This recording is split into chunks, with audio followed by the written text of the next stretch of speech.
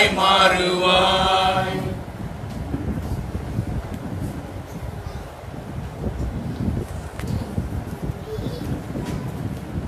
புதிதாக இந்த வேத பாட வகுப்புகளுக்கு வந்திருக்கிறவர்களையும் இயேசுவின் நாமத்தினாலே நான் வரவேற்கிறேன். பழைய முகத்தையும் பார்க்க முடிகிறது. மிகுந்த சந்தோஷம்.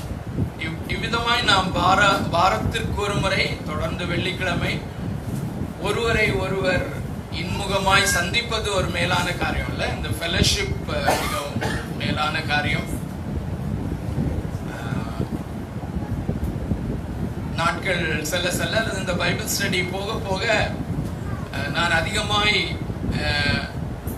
உங்களுடைய அன்பை அதிகமாய் அனுபவிக்கிறேன். எங்களை நீங்கள் நேசிக்கிறபடினாலே ஆண்டவருக்கு நன்றி செலுத்துகிறேன், உங்களுக்கும் நன்றி செலுத்துகிறேன்.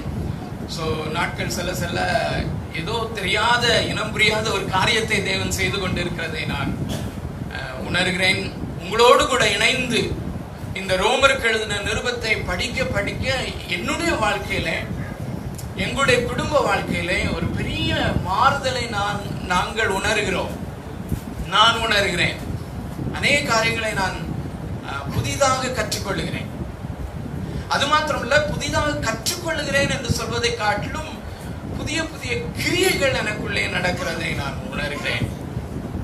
நீங்களும் உணர்வீர்கள் என்று நிச்சயமாய் நம்புகிறேன்.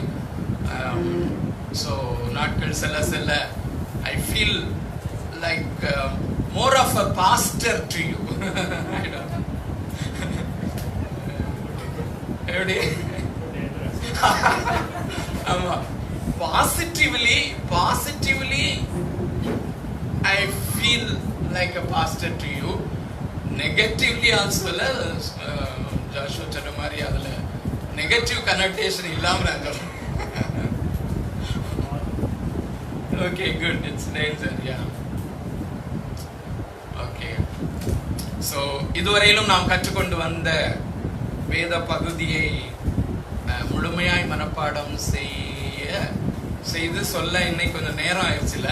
அதனால 16, 17 மாத்திரம் சொல்லலாமா? இல்ல யாரும் கண்டிப்பா நான் சொல்ல விரும்புகிறேன் என்றால் உங்களுக்கு நிச்சயமான வாய்ப்பு கொடுக்க விரும்புகிறேன்.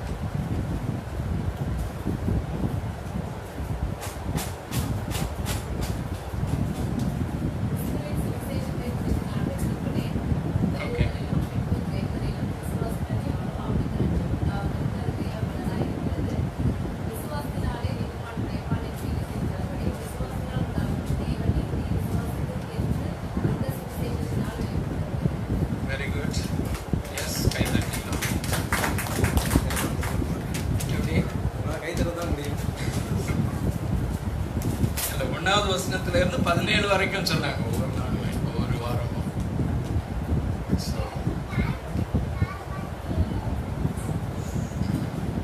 வேற யாரும் சொல்ல விரும்புறீங்களா? 16, 17.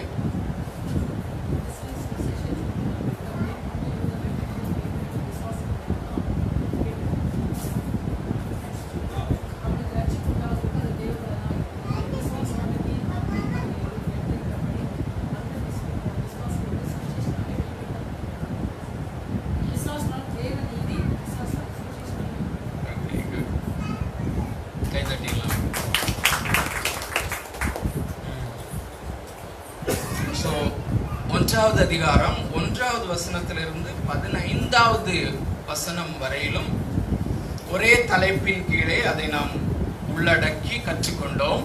அது என்ன தலைப்பு? 1வது வசனத்திலிருந்து 15 வரையிலும் முதல் பகுதி அல்லது இன்ட்ரோடக்ஷன். வெறும் இன்ட்ரோடக்ஷன்லே கிட்டத்தட்ட 4 அல்லது 5 உப தலைப்புகளிலே அவைகளை நாம் கற்றுக்கொண்டு வந்தோம். 16வது வசனத்திலிருந்து ஒரு மேஜர் ஷிஃப்ட் நடந்திருக்கிறது. ஒரு மேஜர் ஷிஃப்ட் என்று கற்றுக்கொண்டோம். 16வது வசனத்திலிருந்து தொடர்ந்து 16 அதிகாரங்கள் அப்போஸ்தலனாகிய பவுல் சுவிசேஷம் என்றால் என்ன என்பதை விளக்குகிறார் என்று நாம் கற்றுக்கொண்டு வருகிறோம். மத்தேயு, மார்க்கு, லூக்கா, யோவான் ஆகிய சுவிசேஷ புத்தகங்களிலே இயேசு கிறிஸ்து இந்த உலகத்திலே வந்து சுவிசேஷம் எப்படி வாழப்பட்டது அல்லது சரித்திரத்திலே சுவிசேஷம் செய்து காண்பிக்கப்பட்டது அல்லது செய்யப்பட்டது. ஆனால் அதற்கு பின்பு அந்த செய்து முடிக்கப்பட்ட அந்த சுவிசேஷம் சரித்திரத்திலே உருவான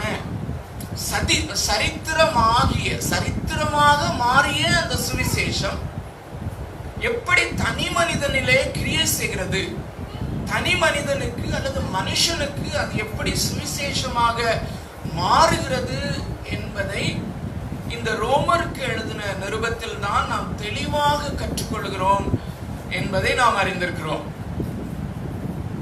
ஆகையினாலே இந்த நிருபம் மிக மிக முக்கியமானது. ஒவ்வொரு கிறிஸ்தவனுக்கும், ஒவ்வொரு கிறிஸ்தவ விசுவாசிக்கும் இந்த ரோமருக்கு எழுதின நிருபம் மிகவும் முக்கியமானது. அதன் அடிப்படையிலே என்று நாம் கற்றுக்கொண்டு வருகிறோம். அது மாத்திரமல்ல, இந்த சீர்திருத்தம் உண்டான அந்த காலத்திலே அல்லது அந்த ரோமன் கத்தோலிசிசம் மாத்திரம் இருந்து, அந்த ரோமன் கத்தோலிசிசத்தில் இருந்து அந்த ஒரு டார்க்கான பீரியட்ல இருந்து ஒரு சீர்திருத்தம் வந்து நாம் எல்லாரும் கிறிஸ்தவ விசுவாசிகளாக, புரோட்டஸ்டன்ட்ஸாக இருப்பதற்கு வழிவகுத்ததும் இந்த ரோமருக்கு எழுதின நிருபத்திலே அப்போஸ்தலனாகிய பவுல் விளக்கமாக எழுதின இந்த சுவிசேஷத்தினுடைய ரியலைசேஷன், அல்லது அது எப்படி இந்த ரோமருக்கு எழுதின நிருபத்திலே எப்படி சுவிசேஷம் அப்போஸ்தலனாகிய பவுலினாலே விளக்கப்பட்டுள்ளதோ அந்த விளக்கத்தை சரியானபடி அறிந்து கொண்டதுதான் அந்த சீர்திருத்தத்திற்கு காரணம். அந்த முறையிலேயும் இந்த ரோமருக்கு எழுதின நிருபம் நமக்கு மிகவும் முக்கியமானது என்று நாம் கற்றுக்கொண்டு வருகிறோம். கடந்த வாரத்திலே தொடர்ந்து இந்த 16-17 வசனங்களை ஒரு தனிப்பட்ட ஒரு குறிப்பிட்ட ஒரு தலைப்பின் கீழே வைத்து நாம் ஆராய்ந்து வருகிறோம். அது என்ன தலைப்பு? The pinnacle point of the gospel. 16 அதிகாரங்களிலும் சுவிசேஷத்தை விளக்குகிறவர் அந்த 16 அத்தியாயங்களினுடைய அந்த 16 அத்தியாயங்களிலும் சொல்லப்பட்டிருக்கிற அந்த சுவிசேஷத்தினுடைய விளக்கத்தை ரத்தின சுருக்கமாக இந்த 16-17 வசனங்களிலே எழுதியிருக்கிறார் என்று நாம் கற்றுக்கொண்டு வருகிறோம். தொடர்ந்து 5வது வாரமாக இந்த நாளிலே கற்றுக்கொள்கிறோம். If I am correct, 4வது வாரம் அல்லது 5வது வாரமாக இந்த சுவிசேஷத்தினுடைய உச்சநிலை விளக்கத்தை நாம் கற்றுக்கொண்டு வருகிறோம். இந்த உச்சநிலை விளக்கத்திலே அல்லது சுவிசேஷம் என்றால் என்ன, நல்லா கவனிங்க. இந்த சுவிசேஷம் என்றால் என்ன என்பதை அப்படி ஒரு கண்டென்ஸ் பண்ணி, சில வேளைகளில் நம்ம அந்த கண்டென்ஸ்ட் மில்க் பயன்படுத்துறோம், கண்டென்ஸ் அப்படி கொண்டு வரும்போது அதனுடைய எல்லா எசன்ஸும் 16 அதிகாரங்களினுடைய அல்லது முழு சுவிசேஷத்தினுடைய சாரம் இந்த எசன்ஸ்லே அல்லது இந்த 16-17 வசனங்களிலே அடங்கி இருக்கிறது. அந்த எசன்ஸ்ல 2 மிக முக்கியமான எலிமெண்ட்ஸை அப்போஸ்தலனாகிய பவுல் கொண்டு வருகிறார். அதுல ஒரு மிக முக்கியமான எசன்ஸ் நம்ம கடந்த வாரத்திலே பார்த்தோம். மொத்தத்துல அப்போஸ்தலனாகிய பவுல் சொல்லுகிறார், ஒரு இன்ட்ரோடக்ஷன் மாதிரி நான் சொல்லுகிறேன். அப்போஸ்தலனாகிய பவுல் சொல்லுகிறார், நான் ரோமாபுரி திருச்சபையாரே, நான் உங்கள் மத்தியிலே வந்து இந்த சுவிசேஷத்தை நான் உங்களுக்கு பிரசங்கிக்க, நான் பிரசங்கித்து வருகிற இந்த சுவிசேஷத்தை உங்களுக்கு பிரசங்கிப்பதை குறித்து நான் வெட்கப்படவில்லை. நான் உங்களிடத்திலே வந்து இந்த சுவிசேஷத்தை பிரசங்கிக்க மிகவும் வாஞ்சையா இருக்கிறேன். அது மாத்திரமல்ல, பொதுவாகவே இந்த சுவிசேஷத்தை பிரசங்கிக்க நான் வெட்கப்படுவதில்லை. ஏன் நான் வெட்கப்படவில்லை, நான் ஏன் வெட்கப்படுகிறதில்லை என்பதற்கு காரணத்தை தான் இந்த பினக்கிள் பாயிண்ட்ல அப்போஸ்தலனாகிய பவுல் சொல்லுகிறார். இல்ல, அதை மறந்துடக்கூடாது. நம்ம ஏன் நான் வெட்கப்படுகிறதில்லை? அது தேவ பலனா இருக்கிறது. It is the power of God. ஆகையினாலே இதுல எந்த கலப்படமும் நாம் செய்ய வேண்டிய அவசியம் இல்லை. இதை அட்ராக்டிவா மாற்றுவதற்கு நான் எதுவும் செய்ய வேண்டியதில்லை. மற்றவர்களை நான் கவர்ந்து கொள்ளும்படியாக நான் ஏதோ மசாலா இந்த சுவிசேஷத்திலே நான் சேர்க்க வேண்டிய அவசியம் இல்லை. The gospel in itself is the power of God அப்படின்னு சொல்லும்போது அடிக்கடி நாம் இந்த காரியத்தை தியானித்தோம். சூரியனும் சந்திரனும், சூரியனை காட்டிலும் மிகப்பெரிய ஏராளமான நட்சத்திரங்களும் விண்கலங்கள், விண்ணிலே காணப்படுகிற நிறைய கோள்களும், அப்படி ஏராளமான கேலக்சிஸ்ல இருக்கிற பில்லியன்ஸ் அண்ட் பில்லியன்ஸ் ஆஃப் நட்சத்திரங்களினுடைய ஒளியை காட்டிலும், அவைகளினுடைய மகிமையை காட்டிலும், அவைகளிலே தேவனுடைய வல்லமை வெளிப்படுகிறதை காட்டிலும் பல மடங்கு அதிகமாய் இந்த சுவிசேஷத்திலே, இந்த நற்செய்தியிலே அவருடைய வல்லமையும் அவருடைய மகிமையும் விளங்க பண்ணும்படியாக தேவன் டிசைன் பண்ணி இருக்கிறார் என்று பார்த்தோம். ஆகையினாலே நான் இந்த சுவிசேஷத்தை குறித்து வெட்கப்பட வேண்டிய அவசியம் இல்லை என்று சொல்லிக்கொண்டு, அது எந்த விதத்திலே தேவ வல்லமையா இருக்கிறது அப்படின்னு சொல்லிதான் அவர் விளக்கி கொண்டிருக்கிறார். அப்படி விளக்குகிற முகாந்தரத்திலே இந்த சுவிசேஷத்தினுடைய 2 மிக முக்கியமான எலிமெண்ட்ஸை கொண்டு வருகிறார். அதுல ஒன்றுதான் நாம கடந்த வாரம் பார்த்தது. என்னது?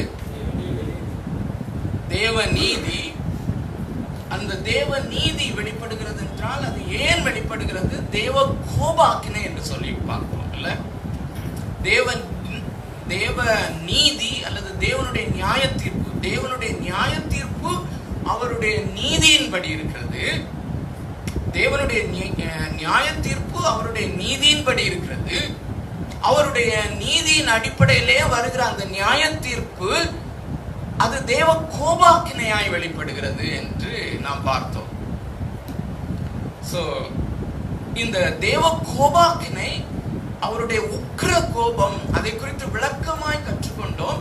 இந்த தேவனுடைய கோபாக்கினை அப்படிங்கிற அந்த எலிமெண்ட் இல்லாதபடி சுவிசேஷமே இல்லை அப்படின்னு சொல்லி பார்த்தோம். அவ்வளவு முக்கியமானது தேவன் நீதியோடு சம்பந்தப்பட்ட அவருடைய கோபாக்கினை. அப்ப நாம சுவிசேஷம் சொல்லும் பொழுது அல்லது ஒவ்வொரு நாளும் மார்ட்டின் லூதர் சொல்லுகிறபடி அந்த சுவிசேஷத்தை நம்முடைய வாழ்க்கையோடு சம்பந்தப்படுத்தும் போது இந்த தேவ கோபாக்கினை நினைக்காதபடி அல்லது இந்த தேவ கோபாக்கினை குறித்து பிரசங்கிக்காதபடி ஒரு சுவிசேஷம் இருக்குமானால் அது தேவனுடைய சுவிசேஷமாய் இருக்க முடியாது. It cannot be God's gospel about which Paul is talking in this epistle என்பதிலே நாம் தெளிவுள்ளவர்களாய் இருக்க வேண்டும். இரண்டாவது எலிமெண்ட் விசுவாசம். அதுதான் இன்னைக்கு பார்க்க போறோம். இந்த ரெண்டும் தான் ரொம்ப முக்கியமான காரியம். சோ ஒவ்வொரு நாளும் இந்த ஒரு எலிமெண்ட், ஒரு காரியம், அதை நாம் மேன்மைப்படுத்தி பார்க்கிறோம். இன்று விசுவாசத்தினாலே நீதிமான் பிழைப்பான் என்று எழுதியிருக்கிறபடி விசுவாசத்தினால் உண்டாகும் தேவ நீதி, இந்த பிரேஸை மாத்திரம் நம்ம போன வாரம் நம்ம பார்த்தோம். தேவ நீதியை குறித்து பார்த்தோம். அந்த பிரேஸ் உண்டாகிற தேவ நீதி. மீதி எல்லா வார்த்தைகளிலும் பெரும்பான்மையாக விசுவாசம் வருகிறது இல்லையா? விசுவாசம் என்கிற வார்த்தை மாத்திரம் எத்தனை முறை வருகிறது? விசுவாசத்தினாலே நீதிமான் பிழைப்பான் என்று எழுதியிருக்கிறபடி விசுவாசத்தினால் உண்டாகும் தேவ நீதி விசுவாசத்திற்கென்று அந்த சுவிசேஷத்தினால் வெளிப்படுத்தப்படுகிறது. ஸோ ஒரே வசனத்திலே 3 முறை வருகிறது. ஸோ விசுவாசத்தினாலே நீதிமான் பிழைப்பான் என்று எழுதியிருக்கிறபடி என்கிற ஒரு பழைய ஏற்பாட்டினுடைய ஒரு வாசகத்தை இங்கே நினைவுபடுத்தி இங்கே கோட் பண்ணி அப்போஸ்தலனாகிய பவுல் இப்படி எழுதுவதற்கு காரணம் என்ன? அப்புறம் விசுவாசத்தினால் விசுவாசத்திற்கென்று இதனுடைய அர்த்தம் என்ன? அது ஆங்கிலத்திலே அந்த ஃப்ரேஸ் ரொம்ப அழகாக ஒரே ஃப்ரேஸா வருது இல்ல?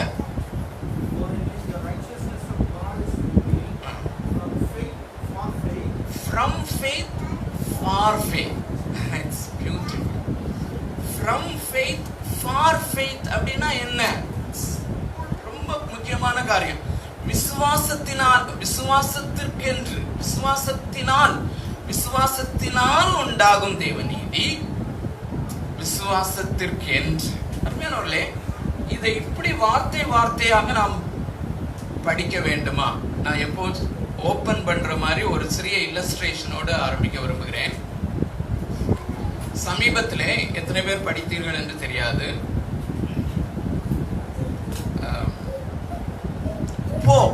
தற்போதைய போப் இயேசு கிறிஸ்து சொல்லிக் கொடுத்த அந்த கர்த்தருடைய ஜெபத்திற்கு ஒரு அமெண்ட்மெண்ட் கொண்டு வந்திருக்கிறார். அமெண்ட்மெண்ட்னா நமக்கு தெரியும் இல்லையா? கவர்மெண்ட் ஒரு ஆர்டர் போட்டாங்கன்னா அதுக்கு பிறகு அந்த கவர்மெண்ட் ஆர்டர் போட்டு தான் அதை வந்து அமெண்ட் பண்ணுவாங்க. அதுல ஏதாவது திருத்தங்கள் கொண்டு வர வேண்டுமானால் அதை அமெண்ட்மெண்ட் கொண்டு வருவார்கள். இந்த இயேசு கிறிஸ்து சொல்லிக் கொடுத்த இந்த பிரேயர், கர்த்தருடைய ஜெபத்திலே ஒரு அமெண்ட்மெண்ட். என்ன அமெண்ட்மெண்ட்? என்ன காரியத்தை அவர் மாற்றி இருக்கிறார், மாற்றி டிக்ளேர் பண்ணி இருக்கிறார் என்றால், lead us not into temptation but deliver us from evil. எங்களை சோதனைக்கு உட்பட பண்ணாமல் தீமை நின்று ரட்சித்துக் கொள்ளும் என்கிற அந்த வார்த்தையை கொஞ்சம் மாற்றி, let us not fall into temptation என்று மாற்றி இருக்கிறார். சோதனைக்கு உட்பட பண்ணாமல் தீமை நின்று ரட்சித்துக் கொள்ளும் என்று ஒரு நல்ல தகப்பன் சொல்ல முடியாது. அது எப்படி இருக்க வேண்டும் என்றால், சோதனை வந்து விடுகிறது, அந்த சோதனையிலே நாங்கள் விழுந்து விடாதபடி எங்களை காத்துக்கொள்ளும். புரியுதா?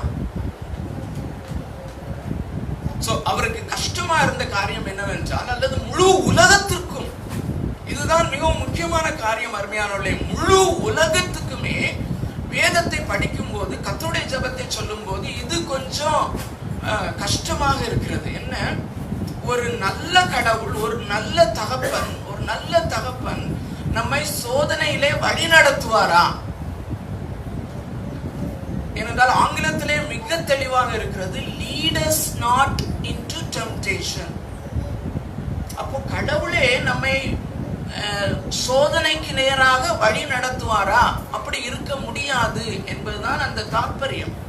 ஆகையினாலே கொஞ்சம் மாற்றி எழுதி கொள்ளலாம் என்று 2 வாரங்களுக்கு முன்பதாக ஆர்சி ஸ்ப்ரவுல் சொன்ன ஒரு கொட்டேஷனை உங்களுக்கு திரும்பவும் ஞாபகப்படுத்த விரும்புகிறேன். வேதாகமத்திலே சில கூற்றுக்களை நாம் பார்க்கும் பொழுது, ஆனால் இப்படி இருப்பதற்கு பதிலாக இப்படி இருந்தால் நலமாயிருக்குமே என்று நம்முடைய அடிமனதிலே ஒரு எண்ணம் வருகிறது அல்லவா? அப்படி வருகிற அந்த அடிமனதிலே வருகிற எண்ணம் யாரிடத்திலுமே ஷேர் பண்ணக்கூடாத காரியம், கொஞ்சம் டேஞ்சரஸான காரியம். அது வெளிப்படும் பொழுதுதான் இப்படிப்பட்ட காரியம் நடக்கிறது. அருமையானவர்களே, அவர் வந்து உலகத்தில் உள்ள பெரும்பாலான கிறிஸ்தவர்களுக்கு தந்தை என்கிற முறையிலே இந்த பெரும்பாலான கிறிஸ்தவர்களை ரெப்ரசன்ட் பண்ணி அவர் செய்த காரியம் என்ன? இயேசு சொல்லிக் கொடுத்த ஜெபம் இப்படி இருக்க முடியாது என்று. அதுல அவருக்கு அந்த கிறிஸ்தவர்கள் ஃபீல் பண்றது மாதிரி அவருக்கு கஷ்டமா இருந்த ஃபீலிங் என்னன்னா, பிதாவாகிய தேவன் நல்ல தேவன் இப்படி சோதனைக்கு நம்மை நடத்துவாரா?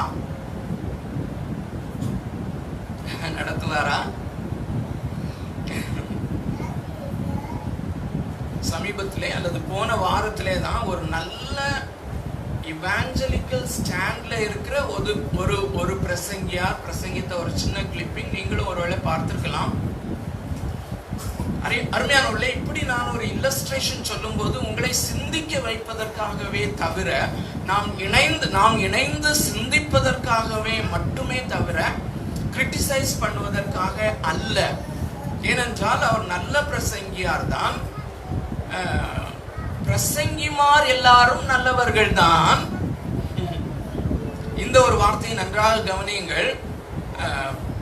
Preachers are good, but preachers are fallible but the word of God is infallible. பிரசங்கிமார் எல்லாரும் இன்க்ளூடிங் மீ, என்னையும் சேர்த்து பிரசங்கிமார் எல்லாருமே மனுஷர்களாய் இருக்கிறபடினாலே எல்லாரும் ஆங்காங்கே தவறு செய்து விடுகிறார்கள். ஆகையினாலதான் நான் ரொம்ப நம்முடைய மனுஷ வார்த்தைகளை குறைத்து வேத வார்த்தை அதிகமா இருக்க வேண்டும் என்று நினைப்பதற்கு காரணம். ஆனால் அவர்கள் கையாளுகிற வேதமோ இன்ஃபாலிபிள். பிழையற்ற வேதத்தை பிழைகளுள்ள மனிதர்கள் ஹேண்டில் பண்ணும்போது இந்த மாதிரி காரியம் வரத்தான் செய்யும். ஆகையினாலே நாம் கொஞ்சம் கேர்ஃபுல்லாக இருந்து நல்ல பிரசங்கியார் சொன்னாலுமே அதை கொஞ்சம் ஆராய்ந்து பார்ப்பது மிக நல்லது என்று உங்களை நான் மிகவும் தாழ்மையாக கேட்டுக்கொள்கிறேன். அவர் சொன்னது என்னவென்றால், sickness cannot come from God. வியாதி தேவனிடத்திலிருந்து வர முடியாது. நன்மையான எந்த ஈவும் பூர்ணமான எந்த வரமும் பரத்திலிருந்து உண்டாகி ஜோதிகளின் பிதாவாகிய தேவனிடத்திலிருந்து வருகிறது என்று வசனம் சொல்லுகிறது. ஆகையினாலே தேவனாகிய கர்த்தர் நல்ல பிதாவாக இருக்கிறார், குட் ஃபாதர். அவரிடத்திலிருந்து நல்ல ஈவுகள் தான் நமக்கு வரும், சிக்னஸ் அவர் கொடுக்க மாட்டார் என்று. அருமையானவர்களே, பிசாசானவன் இயேசுவை சோதிக்கும் பொழுது அவன் அவரிடத்திலே வந்து, நீர் தாழ குதியும், ஏனென்றால் தேவதூதர்கள் உம்மை தாங்கிக் கொள்வார்கள் என்று வேதத்தில் எழுதியிருக்கிறதே என்று சொன்னான் இல்ல சாத்தான். அதை இயேசு எப்படி மேற்கொண்டார்? இப்படியும் எழுதியிருக்கிறதே என்று. ஆகையினாலே அருமையானவர்களே, எப்பொழுதுமே ஒரு கான்செப்டை நம்ம டீல் பண்ணும் பொழுது, நன்றாக கவனியுங்கள், எப்பொழுதுமே ஒரு கான்செப்டை டீல் பண்ணும் பொழுது, ஒரு வசனத்தை நாம் டீல் பண்ணும்போது அல்லது ஒரு வசனத்தில் உள்ள ஒரு கான்செப்டை நாம் டீல் பண்ணும்போது அதற்கு பாரடாக்சிக்கலாக அல்லது அதற்கு எதிராக இருக்கிறது போன்ற இன்னொரு வசனத்தையும் கண்டிப்பாக எடுத்து இந்த ரெண்டும் எப்படி ஹார்மனைஸ் ஆகிறது, இந்த ரெண்டும் எப்படி ஒன்றுக்கொன்று பொருந்துகிறது, பொருந்தாமல் இருக்காது, ஆனால் அது எப்படி பொருந்துகிறது என்பதை நாம் கற்றுக்கொள்ள முயற்சி செய்வோம். ஆண்டவரிடத்திலே அழுது கதறுவோம், சாமி எப்படியாயிலும் எனக்கு இதை சொல்லித்தாங்க ஆண்டவரே. ஒன்றுக்கொன்று முரண்பாடான கருத்து போல தோன்றுகிறது இல்ல?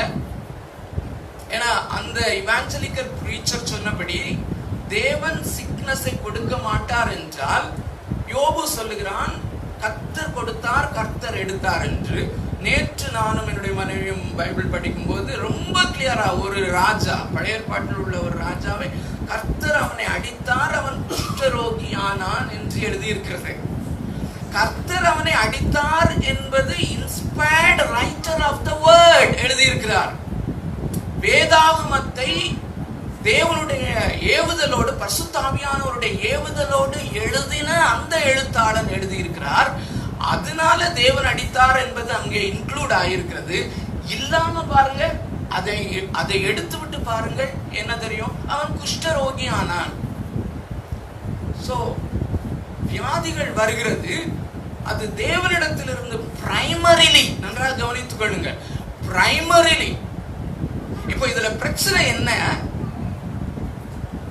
இதுல என்ன பிரச்சனை?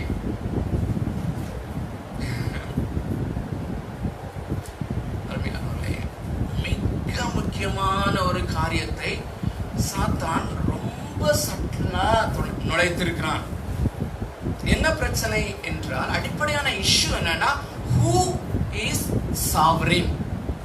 ஒருவர் தான் சாவரினாக இருக்க முடியும், ஒருவர் தான் சர்வ ஆளுமை உள்ளவராக இருக்க முடியும். நீங்கள் இங்கே தேவனாகிய கர்த்தரை சாவரின் என்று சொல்வீர்களே, ஆனால் இன்னொரு சாவரின் பவர் இருக்க முடியாது, இன்னொரு சர்வ ஆளுமை இருக்க முடியாது. இப்போ கொஞ்சம் கொஞ்சமாக இந்த விசுவாசத்திற்குள்ளே நான் உங்களை கொண்டு வர விரும்புகிறேன். நம்முடைய டெக்ஸ்டுக்கு போவதற்கு முன்பதாக எபேசியருக்கு எழுதின நிருபம் 2வது அதிகாரம் 8வது வசனத்தில் உள்ள அந்த கான்செப்டை நம்ம கொஞ்சம் பார்க்கலாம். எபேசியர் 2வது அதிகாரம் இது ரொம்ப நமக்கு நன்றாக தெரிந்த வசனம் தான்.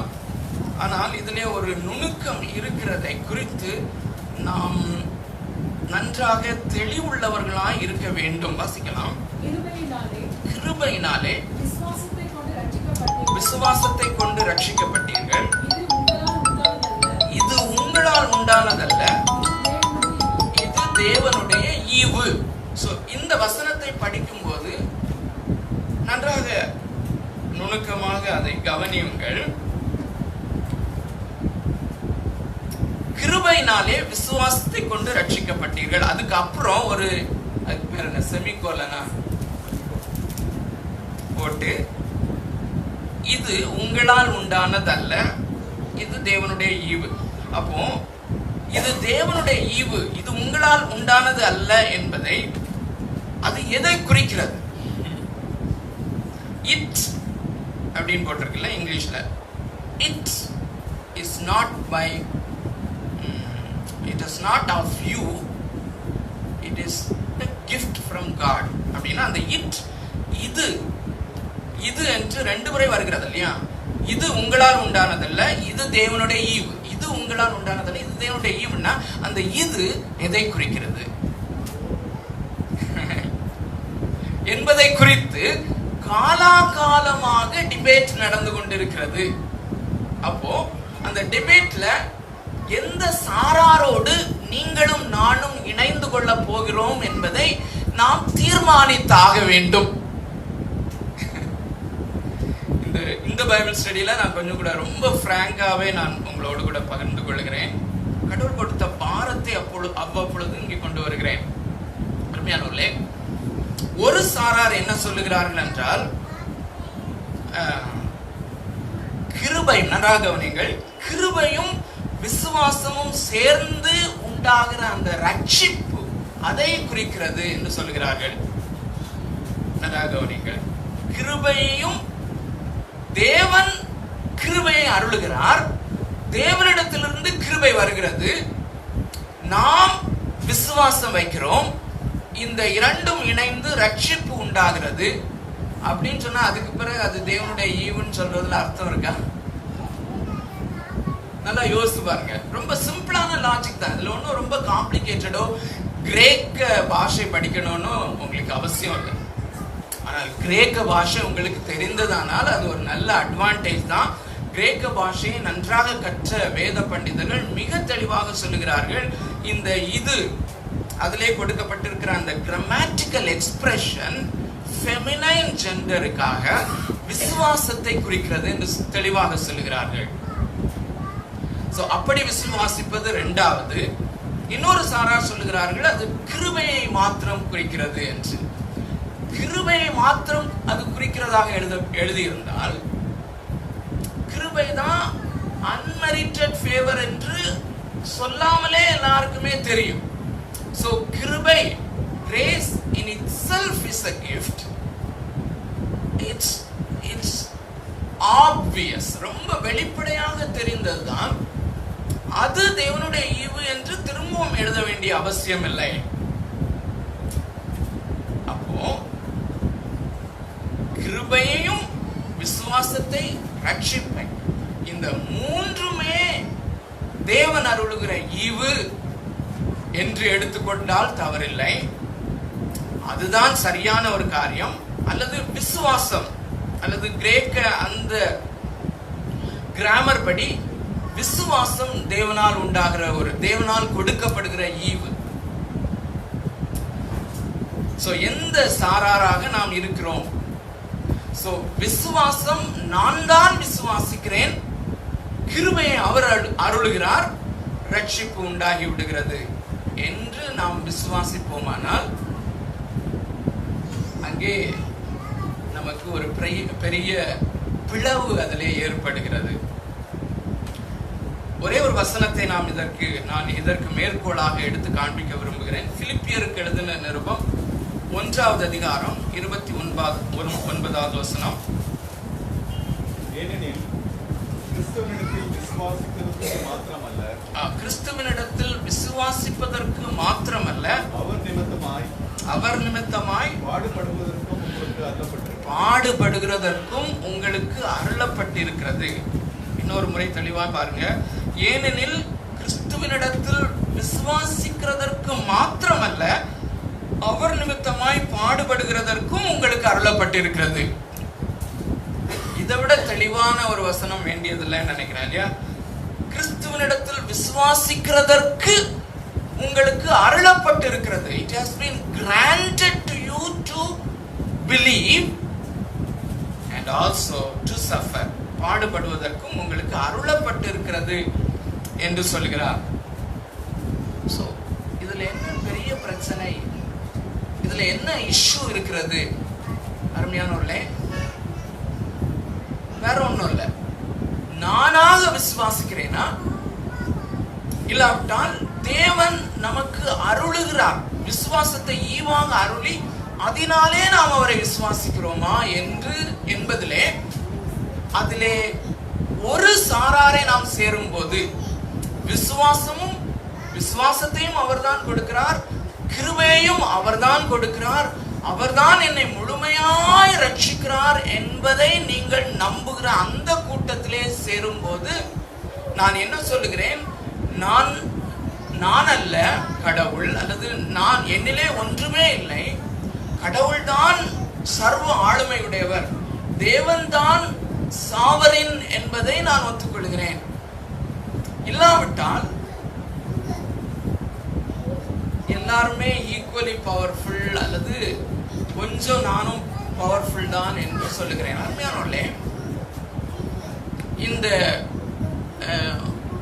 அன்னைக்கு ஜாஷுவா கூட சொல்லிட்டு இருந்தாப்புல, ரொம்ப உண்மையான ஒரு காரியம் என்னவென்றால், எந்த ஒரு மனுஷனுக்குள்ளேயும் விசுவாசியானாலும் அவிசுவாசியானாலும் அவர்கள் ஒவ்வொருவருக்குள்ளேயும் இருக்கிற ஒரு இயல்பான ஒரு இன்க்ளினேஷன் என்னவென்றால், நானும் சர்வ வல்லமை உள்ளவனாக அல்லது சாவரினாக இருக்க வேண்டும் என்கிற ஒரு உணர்வு பாவ மனுஷன் எல்லாருக்குள்ளேயும் இருக்கிறது. ஆகையினாலே தான் நாம் இதை குறித்து மிகுந்த ஜாக்கிரதை உள்ளவர்களாக இருக்க வேண்டும். ஒரு சின்ன பிலாசபிக்கல் ஸ்டேட்மெண்ட் சொல்றேன். இதை தெரிந்து கொள்வதற்கு நீங்க பிலாசபரா ஆக வேண்டிய அவசியம் இல்லை, பிலாசபி படிச்சிருக்க வேண்டியதும் அவசியம் இல்லை. நாம எல்லாருமே ஓரளவுக்கு பிலாசபர்ஸ் தான் பிரியமானவர்களே. ஒரு பிலாசபி படிக்காத பிலாசபர்ஸ் தான். நான் சொல்வதை நல்லா கவனிங்க. ஒரு இடத்துல அல்லது ஒரு ஸ்பேஸ்ல ஒரு இடத்துல ஒரு irresistible ஃபோர்ஸும் ஒரு immovable ஆப்ஜெக்டும் இருக்க முடியாது. கவனிச்சீங்களா? ஒரு இடத்துல அசைக்க முடியாத அல்லது irresistible எப்படி சொல்றது?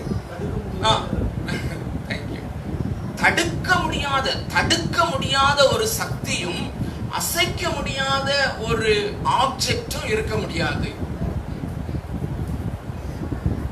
தடுக்க முடியாத ஒரு ஃபோர்ஸ் இருக்குமானால் அந்த ஆப்ஜெக்ட் எப்படியும் அசைக்கப்படுகிறதாக தான் இருக்க முடியும்.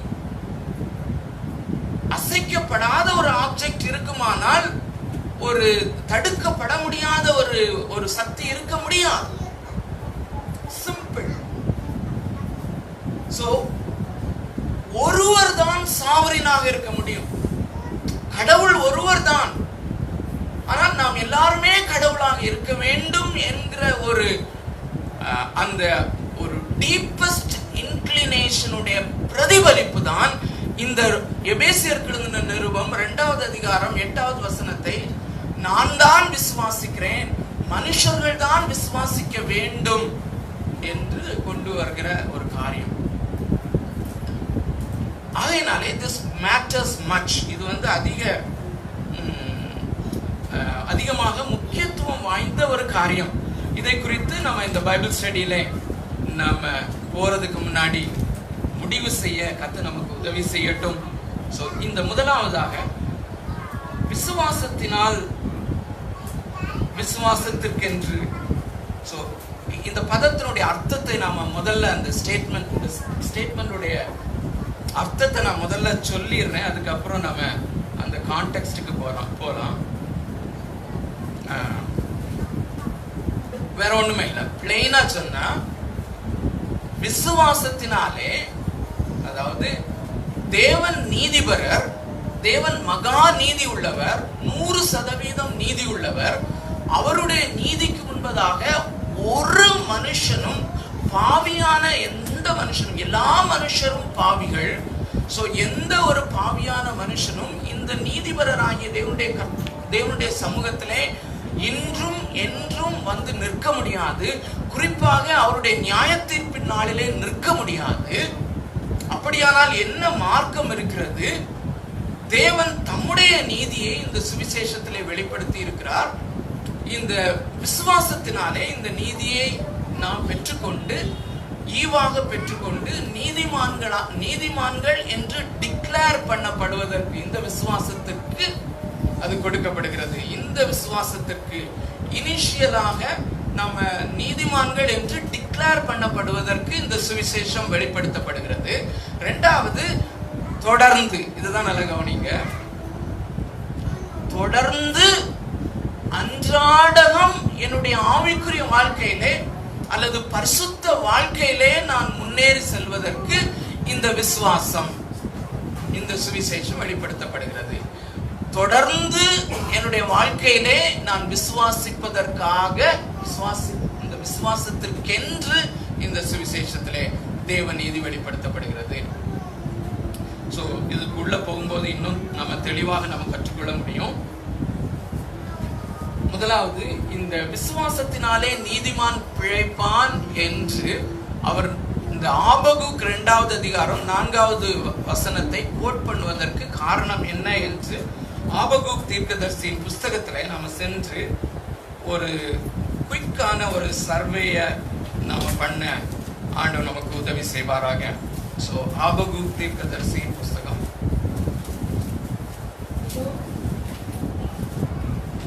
ஆபகுக் 2வது அதிகாரம் 4வது வசனத்திலே அந்த காரியம் இருக்கிறது. அந்த வசனம், அந்த மேற்கோள் அங்கே இருக்கிறது, அந்த கொட்டேஷன் அங்கே இருக்கிறது. அதை அடிப்படையாக கொண்டு அந்த முழு ஆபகுக் தீர்க்கதரிசியை நாம் அலசி கொஞ்சம் ஆராய்ந்து பார்க்க கர்த்தர் நமக்கு உதவி செய்வார். 2:4 வாசிக்கலாமா?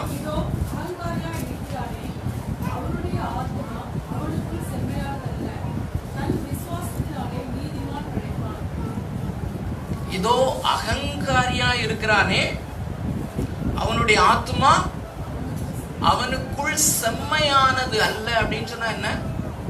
It is not right. அது நீதி உள்ளது அல்ல, அல்லது செம்மையானது அல்ல. It is not right. So அகங்காரியா இருக்கிறானே, அவனுடைய ஆத்மா அவனுக்குள் செம்மையானது அல்ல, தன் விசுவாசத்தினாலே நீதிமான் பிழைப்பான். சோ இந்த வசனத்தை ஆபகுக் தீர்க்கதரிசி எந்த சூழ்நிலையிலே எழுதியிருக்கிறார் என்று நாம 1வது அதிகாரம் ஒரு சில வசனங்களை நாம வாசிக்கலாம். கொஞ்சம் அதனுடைய சரித்திர பின்னணியத்தை நான் உங்களுக்கு சொல்லிவிடுகிறேன். இந்த இஸ்ரவேல் தேசம், வடக்கு பாகத்தில் இருக்கிற இஸ்ரவேல் தேசம் தேவனுக்கு விரோதமாய் ஐடோலேட்ரியில ஈடுபட்டபடினாலே, அல்லது தேவனுக்கு விரோதமான பாவங்களை செய்தபடினாலே அசீரியாவின் கையிலே தேவன் அவர்களை கிறிஸ்துவுக்கு முன்னாக சுமார் 720 அல்லது 750 அந்த சமயத்திலே தேவன் ஒப்பு கொடுத்தார். அதன் பின்பு கிட்டத்தட்ட 200 ஆண்டுகளுக்கு பிறகு யூதாவை, சதர்ன் ஸ்டேட்ஸாக இருக்கிற அந்த யூதாவை பாபிலோனுடைய கையிலே ஒப்பு கொடுக்கும்படியாய் தேவன் தீர்மானித்திருந்த அந்த காலத்திலே ஆபகுக் தீர்க்கதரிசி யூதாவுக்கு விரோதமாக தீர்க்க தரிசனம் சொல்லுகிறான். அவன் யூதாவுக்கு விரோதமாக தீர்க்க தரிசனம் சொல்வதற்கு முன்பதாக யூதாவுக்காக அவன் புலம்பி ஜெபிக்கிறதை நாம பார்க்கிறோம். அதுதான் 2வது வசன தொடக்கம். 2, 3 ஒரு சில வசனங்களை நாம் வேகமாக வாசிப்போம். கர்த்தாவே, நான் எதுவரைக்கும் உம்மை நோக்கி கூப்பிடுவேன்? கர்த்தாவே, நான் எதுவரைக்கும் உம்மை நோக்கி கூப்பிடுவேன்? நீர் கேளாமல் இருக்கிறீரே. கொடுமை நிமித்தம் நான் எதுவரைக்கும் உம்மை நான் எதுவரைக்கும் உம்மை நோக்கி கூப்பிடுவேன், நீர் ரட்சியாமல் இருக்கிறீரே. அப்ப அந்த கொடுமை அப்படின்னா என்ன? வயலன்ஸ், பயங்கரமான வயலன்ஸ், கொடுமை யூதாவிலே இருக்கிறது. அருமையானவர்களே, இங்க ஆபகுக் தீர்க்கதரிசியினுடைய ஒரு விண்ணப்பம் மாதிரிதான் இருக்குல்ல, ஜெபம். ஆண்டவரே, கொடுமை நிறைந்திருக்கிறது இந்த யூதாவிலே, ரட்சிக்க மாட்டீரா அப்படின்னு தான் ஜெபிக்கிறார். சோ பொதுவான நம்முடைய ஜெபம் போலதான், ஆண்டவரே இந்தியாவை நீ ரட்சிக்க மாட்டீரா, இந்தியாவிலே கொடுமை பயங்கரமாக தாண்டவம் விரித்து ஆடுகிறதே ஆண்டவரே, வயலன்ஸ் இருக்கிறதே ஆண்டவரே, எண்ணி கூட பார்க்க முடியாத அளவுக்கு வயலன்ஸ் இருக்கிறதே ஆண்டவரே. அதுபோல சிமிலரான ஒரு ஜெபத்தை தான் அவன் பண்ணுகிறான். எவ்வளவு நாள் உம்மை நோக்கி கூப்பிடுறது ஆண்டவரே, எவ்வளவு காலம் நான் இந்த ரிவைவலுக்காக, எழுப்புதலுக்காக ஜெபிக்கிறது ஆண்டவரே, இன்னும் ரட்சியாமல் இருக்கிறீரே. 3வது வசனம், நீர் எனக்கு அக்கிரமத்தை காண்பித்து. அப்ப அடுத்தது என்ன இருக்குது? அக்கிரமம், iniquity, lawlessness, அக்கிரமம், அக்கிரம செய்கை, அக்கிரமத்தை காண்பித்து, evil, தீவனையை பார்க்க பண்ணுகிறது என்ன? கொள்ளையும் கொடுமையும் எனக்கு எதிரே நிற்கிறது, வழக்கையும் வாதையும் எழுப்புகிறவர்கள் உண்டு. 4வது வசனத்தினுடைய பிற்பகுதியை மாத்திரம் வாசிக்கலாமா? துன்மார்க்கன் நீதிமானை வளைந்து கொள்கிறான், ஆதலால் நியாயம் புரட்டப்படுகிறது. என்னெல்லாம் பார்க்கிறாரு யூதா தேசத்துல ஆபகுக் தீர்க்கதரிசி? கொடுமையை பார்க்கிறாரு, வயலன்ஸை பார்க்கிறாரு, அக்கிரமத்தை பார்க்கிறார், லாலெஸ்னஸ் பார்க்கிறாரு, ஈவில பார்க்கிறாரு, தீவினையை பார்க்கிறாரு, கொடுமையை பார்க்கிறார், கொள்ளையை பார்க்கிறார், வழக்கை பார்க்கிறார், வாதை பார்க்கிறார், நியாயம் புரட்டப்படுகிறதை பார்க்கிறார். ஆண்டவரே, எது வரைக்கும் நான் உம்மை நோக்கி கூப்பிடுவேன், நீ ரட்சியாமல் இருக்கிறீரே என்று 5வது வசனத்திலே இருந்து 11வது வசனம் வரையிலும் ஆண்டவர் இதற்கு என்ன மறு உத்தரவு கொடுக்கிறார், என்ன சொல்லுகிறார், அல்லது ஆண்டவர் என்னதான் பிளான் பண்ணி இருக்கிறாரு அப்படிங்கிறத சொல்லுகிறார். 5வது வசனத்தை விட்டுட்டு இந்த பெர்ஸ்பெக்டிவ்ல வீட்டுல போய் இந்த தீர்க்க தரிசன புஸ்தகத்தை, இந்த மைனர் ப்ராஃபிட்டை தயவு செய்து படிச்சு பாருங்க. ஒருவேளை ஒரு சிலர் தியானிச்சிருப்பீங்க. It's a beautiful book. சிறிய தீர்க்கதரிசிகளிலே எனக்கு மிகவும் பிடித்த ஒரு புஸ்தகம். இந்த 2:4 விசுவாசத்தினாலே நீதிமான் பிழைப்பான் என்கிறதை மையப்படுத்தி இந்த புஸ்தகம் அமைந்திருக்கிறதை பியூட்டிஃபுல்லா நீங்க பார்க்க முடியும். சோ இப்படிப்பட்ட இந்த ஆபகுக்குடைய கதறுதலின் ஜெபத்துக்கு ஆண்டவர் என்ன பதில் கொடுக்கிறார், என்ன திட்டம் வச்சிருக்கிறாருன்னு சொல்லி 6வது வசனத்துல இருந்து ஒரு சில வசனங்கள் வாசிக்கலாம். இதோ நான் கல்தேயர் என்னும் கொடியதும் வேகமுமான ஜாதியாரை எழுப்புவேன், அவர்கள் தங்களுடையது அல்லாத வாசஸ்தலங்களை கட்டிக்கொள்ள தேசத்தின் விசாலங்களில் நடந்து வருவார்கள். 7வது வசனத்துடைய தொடக்கம், அவர்கள் கெடியும் பயங்கரமுமானவர்கள். கடவுள் என்ன சொல்லுகிறார், தேவன் என்ன சொல்லுகிறார்? ஆபகுக் தீர்க்கதரிசியே, நீ இந்த ஜனத்தினுடைய ரட்சிப்புக்காக ஜெபிக்கிறாய், அல்லது நீ இந்த இந்திய தேசத்தினுடைய எழுப்புதலுக்காக நாம ஜெபிக்கிறது போல நீ இந்த யூதா தேசத்தினுடைய எழுப்புதலுக்காக ஜெபிக்கிறாய். கடவுள் என்னை விட்டு தூரம் போன மக்கள் என்னண்டை வர வேண்டும், தேவனிடத்திலே திரும்ப வேண்டும் என்று நீ ஜெபிக்கிறாய். ஆனால் நான் என்ன திட்டம் வைத்திருக்கிறேன், பாபிலோனை தண்டனை செய்யும்படியாய் அனுப்பும்படியாய் நான் தீர்மானித்து விட்டேன். கல்தேயர் அப்படின்னு சொன்னா பாபிலோனியர் இந்த யூதாவுக்கு விரோதமாக, உன்னுடைய ஜாதிக்கு விரோதமாக வருவார்கள். அவர்கள் எப்படிப்பட்ட ஜனம் அப்படின்னு சொல்லி அதான் போட்டிருக்கு. 7வது வசனத்துடைய தொடக்கத்துல வாஸ்தவம், அவங்க கெடியும்னா என்ன புரியலையே. Very good. அதுக்குதான் இந்த மாதிரி சமயத்துல தான் ஆங்கில வேதாகமத்தை நம்ம பயன்படுத்துவது நல்லது. நோட்டோரியஸ் ஒரு டிரான்ஸ்லேஷன் இல்ல, வேற என்ன டிரான்ஸ்லேஷன் இருக்கு? dreadful, dreadful, notorious. அவர்களை நான் அனுப்புகிறேன். இதுதான் ஜெபத்திற்கு பதிலா ஏதோ ஒரு காரியத்துக்கு சிமிலரா இருக்குது இல்ல? நீங்கள் நன்றாக சிந்திக்க கூடியவர்கள். ஆகையினாலே நான் ஒன்றும் சொல்ல வேண்டிய அவசியம் இல்லை. வேதத்திலேயே நம்ம பார்ப்போம் அவங்க எப்படி கிரியை செய்வாங்க, அவங்க எப்படிப்பட்ட தண்டனையை செய்வார்கள். 8வது வசனம், அவர்களுடைய குதிரைகள் சிவிங்கிகளிலும் வேகமும் சாயங்காலத்தில் திரிகிற ஓநாய்களிலும் தீவிரமாய் இருக்கும். அவர்களுடைய குதிரை வீரர் பரவுவார்கள். அவர்களுடைய குதிரை வீரர் தூரத்திலிருந்து வருவார்கள். இறைக்கு தீவிரிக்கிற கழுகுகளை போல பறந்து வருவார்கள். 3 நோட்டோரியஸான பயங்கரமான விலங்குகள் இங்கே சொல்லப்பட்டிருக்கிறது. அந்த விலங்குகளுக்கு தண்டனை செய்யும்படியா, யூதாவுக்கு தண்டனையை கொடுக்கும்படியாய் தேவன் பயன்படுத்துகிற பாபிலோனியரை குறித்து சொல்லப்படுகிறது. என்னெல்லாம்? மிருகங்கள், சிவிங்கி, ஓநாய், கழுகு. குதிரையில வருவாங்க. அவங்க ஆக்சுவலா குதிரையில வருவாங்க. அவங்க சிவிங்கிகளை போல இருக்கிறார்கள். அவர்கள் ஓநாய்களை போல இருக்கிறார்கள். கழுகுகளை போல இருக்கிறார்கள். மாம்சங்களை பட்சிக்க. யாருடைய மாம்சங்களை பட்சிக்க? நாம தியானித்துக் கொண்டிருக்கிறதின்படி இந்த யூதா கோத்திரத்தார், இந்த ஜாதியார் யார்? இப்போ லைன்ல இருக்கீங்க. தேவனால் தெரிந்து கொள்ளப்பட்டவர்கள். எதன் அடிப்படையிலே தெரிந்து கொள்ளப்பட்டவர்கள்? அவருடைய சிநேகத்தின்படி. இவர்களிலே ஏதோ ஒரு நன்மையை கண்டு அல்ல, இவர்கள் கொஞ்ச ஜனங்களாக ஃபீபிளாக இருக்கும்போது, அந்த வசனத்தை பிளாஷ்பேக் மாதிரி கொண்டு வாங்க.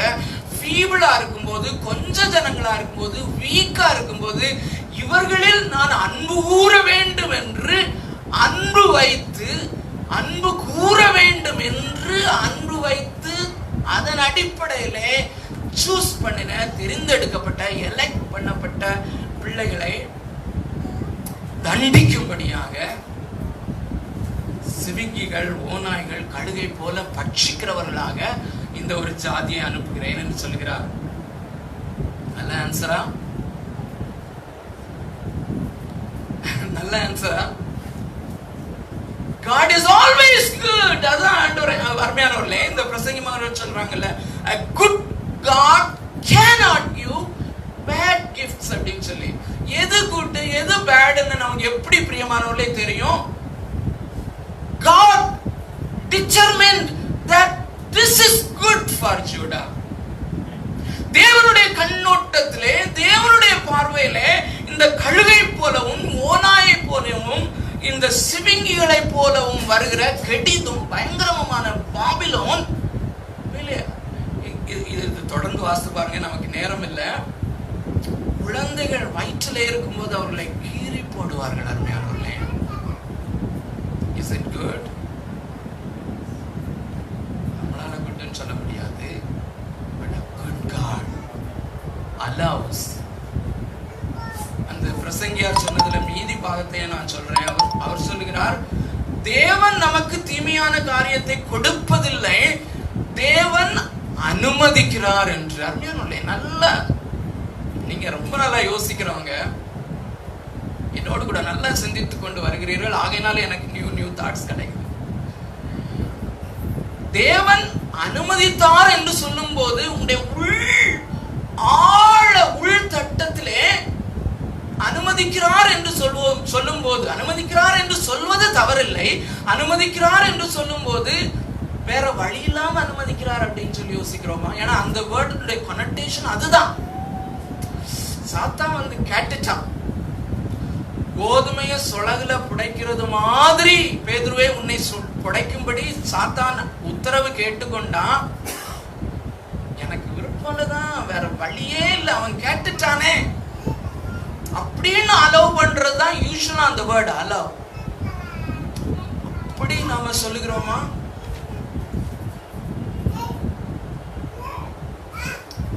பண்ணினது அவர் அனுமதிக்கிறது உண்மைதான். ஆனால் அருமையானவர்களே, with full authority in his hands. சாத்தானே, நான் விரும்பலைனா இப்ப நான் ஸ்டாப் பண்ண முடியும். யோபுடைய காரியங்கள் எல்லாவற்றையும் நீ எடுத்துக்கொள்வதற்கு என்னிடத்திலே அனுமதி கேட்கும் போது உன்னை தடுப்பதற்கு, உன்னை செய்ய விடாமல் நான் ஒரு சாய்ஸ் எடுப்பதற்கு, நான் ஒரு டிசிஷன் எடுப்பதற்கு என்னால முடியும். ஆனாலும் ஒரு நோக்கத்தோடு நான் அலோவ் பண்ணுகிறேன். ஒரு நன்மையை நான் வைத்திருக்கிறேன் அதுல, அதனால நான் அலோவ் பண்ணுகிறேன்.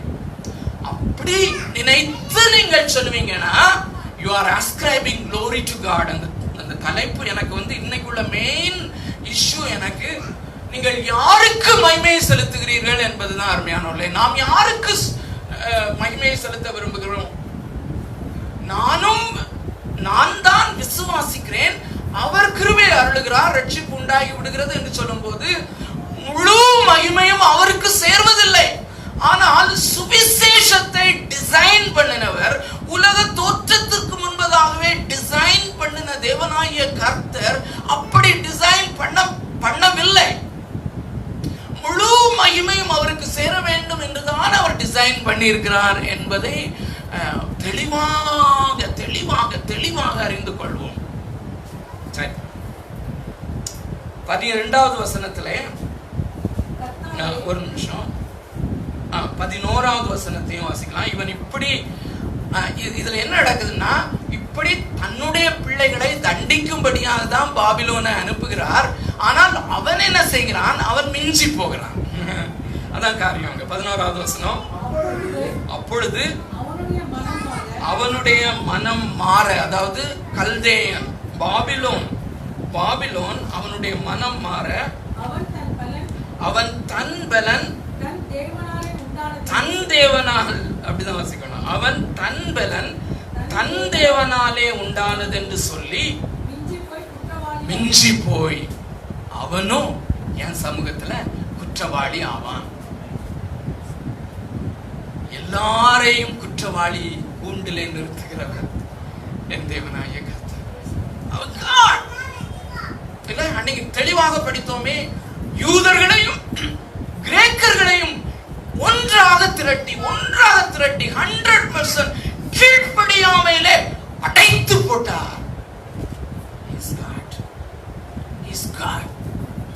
There cannot be two forces. There is only one God. Let us not try to become God. இது சீரியஸ் பிரியமானவர்களே. ரொம்ப சாதாரணமா பிரசங்கமா சொல்லிட்டு போயிடுறாங்க.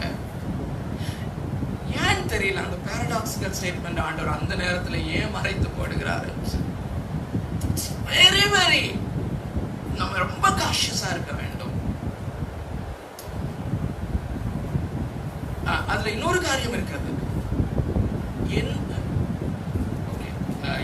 இன்னொரு சந்தர்ப்பத்திலே சொல்லுகிறேன். நான் அதுல பிரச்சனை என்னவென்றால், am I free to exercise my will or am I not free?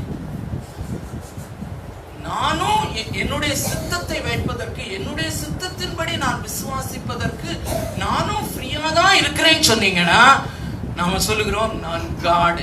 இந்த ஃப்ரீ வில் சொல்றாங்க எல்லாருமே. இதையும் இதோடு கூட தொடர்புடையது.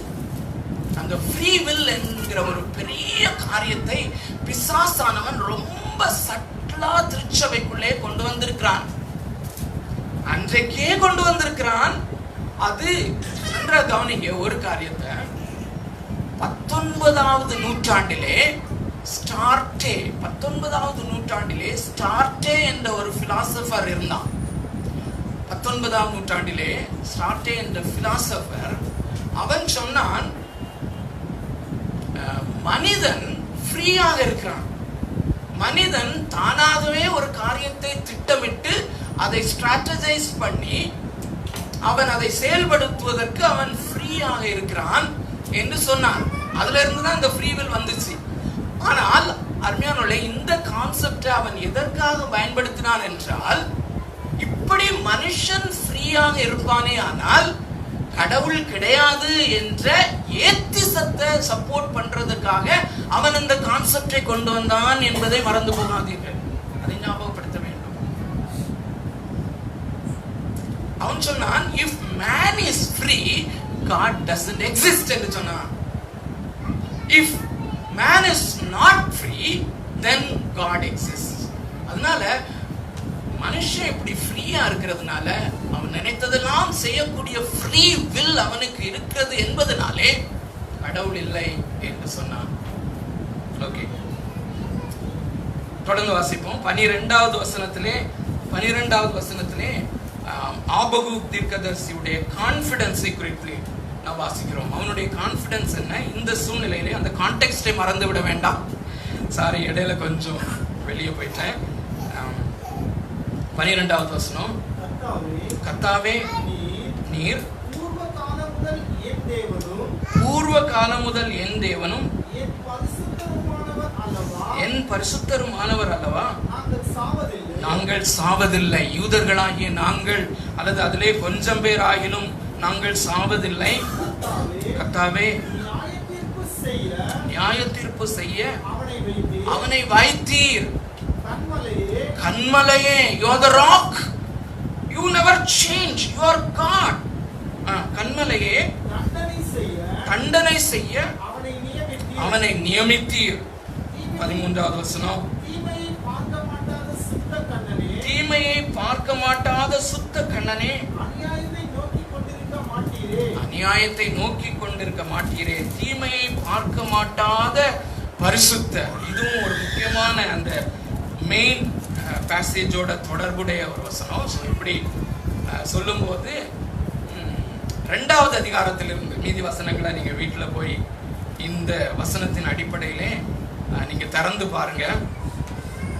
2வது அதிகாரத்திலே முழுமையும் இந்த ஆபகுக் தீர்க்கதரிசி இந்த சூழ்நிலையிலே தண்டனைக்காக அனுப்பின பாபிலோன், அவன் தன்னுடைய தேவனுடைய பலனினாலே தான் இது வருகிறது என்று அவன் மிஞ்சி போகும்போது அவனை குறித்து என்ன சொல்லுகிறார் என்கிற காரியம்தான் 2வது அதிகாரம் 1வது வசனத்திலிருந்து 20 வரைக்கும். அதாவது 2வது அதிகாரத்திலே அவன் சொல்லுகிற காரியம், 5 ஐயோக்களை போடுகிறான். யாருக்கு? பாபிலோனியருக்கு. பாபிலோனியரும் தண்டனைக்கு உட்படுவார்கள், கொடிதான தண்டனைக்கு உட்படுவார்கள் என்று 6வது வசனத்திலே ஒரு 6வது வசனத்திலே ஒரு ஐயோ. 9வது வசனத்திலே நீங்க நோட் பண்ணிக்கோங்க, அப்புறம் வீட்டுல போய் வாசிக்கலாம். 9வது வசனத்திலே 2வது ஐயோ, 11வது வசனத்திலே 12வது வசனத்திலே 3வது ஐயோ, 15வது வசனத்திலே 4வது ஐயோ, 19வது வசனத்திலே 5வது ஐயோ. ஒரு ஐயோவை வாசித்துடலாமா? 6வது வசனம் வாசிப்போமா? இவர்கள் எல்லாரும் அவன் பேரில் ஒரு பழமொழியையும் அவனுக்கு விரோதமான வசைச்சொல்லையும் வசனித்து தன்னுடையதல்லாததை தனக்காக சேர்த்துக் கொள்ளுகிறவனுக்கு ஐயோ. தன்னுடையதல்லாததை தனக்காக சேர்த்துக் கொள்ளுகிற இந்த பாபிலோனியருக்கு ஐயோ. ஐயோ என்று தேவன் இந்த இடத்துல பயன்படுத்துகிற இந்த வார்த்தை இட்டர்னல் டூம். ஐயோ என்று எங்கெல்லாம் வருகிறதோ வேதத்திலே ஐயோ என்று வருகிற அந்த வார்த்தை மிக மிக முக்கியமானது. நாம சொல்லுகிற மாதிரி அல்ல, அது நித்திய காலமாய் தேவனை விட்டு பிரிந்து நித்திய காலமாய் ஒரு பெரிய தண்டனைக்குள்ளாகிற ஐயோவை இந்த பாபிலோனுக்கு சொல்லுகிறான். அதன் நடுவிலே தான் இந்த 4வது வசனம் நம்முடைய தீம் வேர்ட்ஸ். 2வது அதிகாரத்தினுடைய 4வது வசனம், இதோ அகங்காரியா இருக்கிறானே, அவனுடைய ஆத்மா அவனுக்கு செம்மையானதல்ல, தன் விசுவாசத்தினாலே நீதிமான் பிழைப்பான். தன் விசுவாசத்தினாலே நீதிமான் பிழைப்பான். இந்த விசுவாசம் என்கிற பதம் இங்கேயும் எதற்காக பயன்படுத்தப்படுகிறது அல்லது எதற்கு விரோதமாக வருகிறது? கொஞ்சம் சொல்லுங்க, அப்சர்வ் பண்ணி. வெரி குட், அவ்வளவுதான். தொடர்ந்து நம்ம பைபிள் ஸ்டடிக்கு போக வேண்டாம்னு நினைக்கிறேன். You got it. மனுஷனுக்கு தானாகவே தான் என்று உள்ள அந்த இன்க்ளினேஷனால அவனுடைய இருதயம் செம்மையானதல்ல.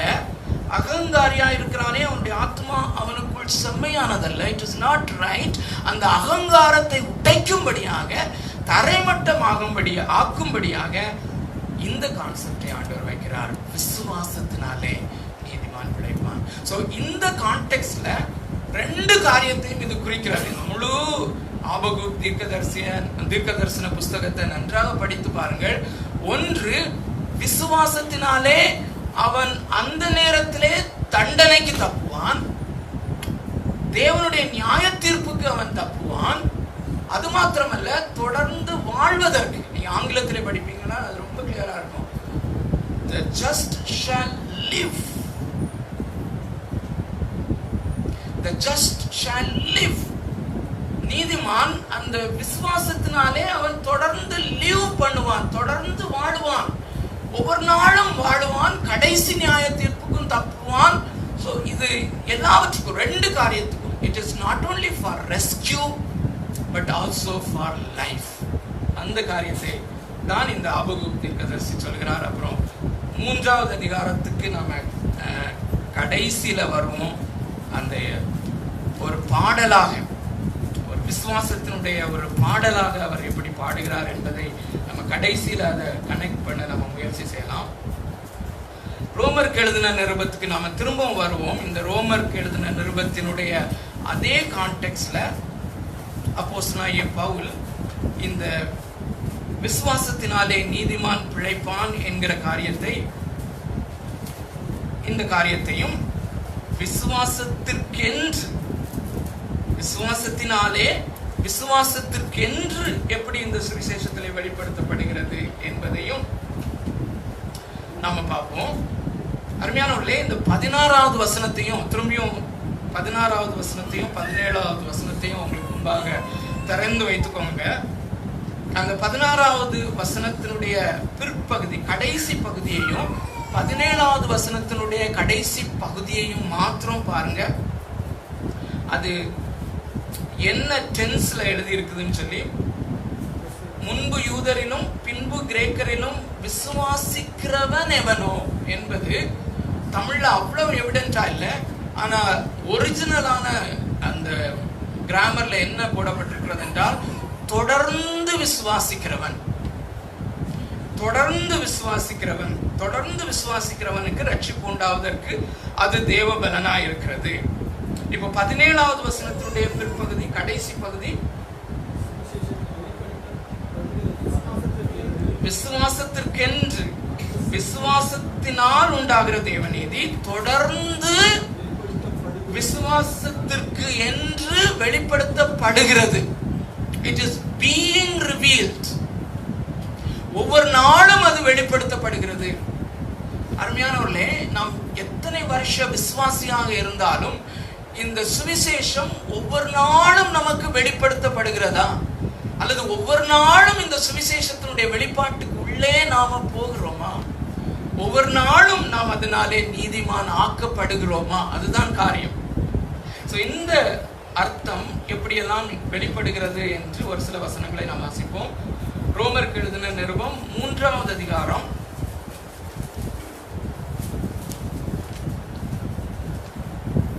இந்த ஜெனரல் அவுட்லைனை குறித்து நான் அடிக்கடி உங்களுக்கு சொல்லி இருக்கிறேன். 1வது அதிகாரத்திலிருந்து 3வது அதிகாரம் வரையிலும் நீதிமான்கள் ஆக்கப்படுதலை குறித்து பேசுகிறார். 4வது அதிகாரத்திலிருந்து 11வது அதிகாரம் வரையிலும், 4வது அதிகாரத்திலிருந்து 11வது அதிகாரம் வரையிலும் நீதிமான் ஆக்கப்படுதல் அல்லது பரிசுத்தமாகுதல், சாங்டிஃபிகேஷன், அதை குறித்து எழுதுகிறார். இந்த ஜெனரல் அவுட்லைனை நம்ம மறந்து விட வேண்டாம். அப்போ முதல்ல நீதிமான் ஆக்கப்படுதல், அதற்கான அந்த கிளாசிக்கலான பேசேஜ் ரோமருக்கு எழுதின நிருபம் 3வது அதிகாரம் 21வது வசனம். இப்படி இருக்க நியாயப்பிரமாணம் இல்லாமல் தேவ நீதி வெளியாக்கப்பட்டிருக்கிறது. அதை குறித்து நியாயப்பிரமாணமும் தீர்க்க தரிசனங்களும் சாட்சியிடுகிறது. 22 சேர்த்து வாசிப்போம். 22, 23, 24 வரையிலும் நன்றாக கவனியுங்கள். அது இயேசு கிறிஸ்துவை பற்றும் விசுவாசத்தினாலே பலிக்கும் தேவநீதியே விசுவாசிக்கிற எவர்களுக்குள்ளும் எவர்கள் மேலும் அது பலிக்கும், வித்தியாசமே இல்லை. 23, எல்லாரும் பாவம் செய்து தேவ மகிமையற்றவர்களாகி இலவசமாய் அவருடைய கிருபையினாலே கிறிஸ்து இயேசுவில் உள்ள மீட்பை கொண்டு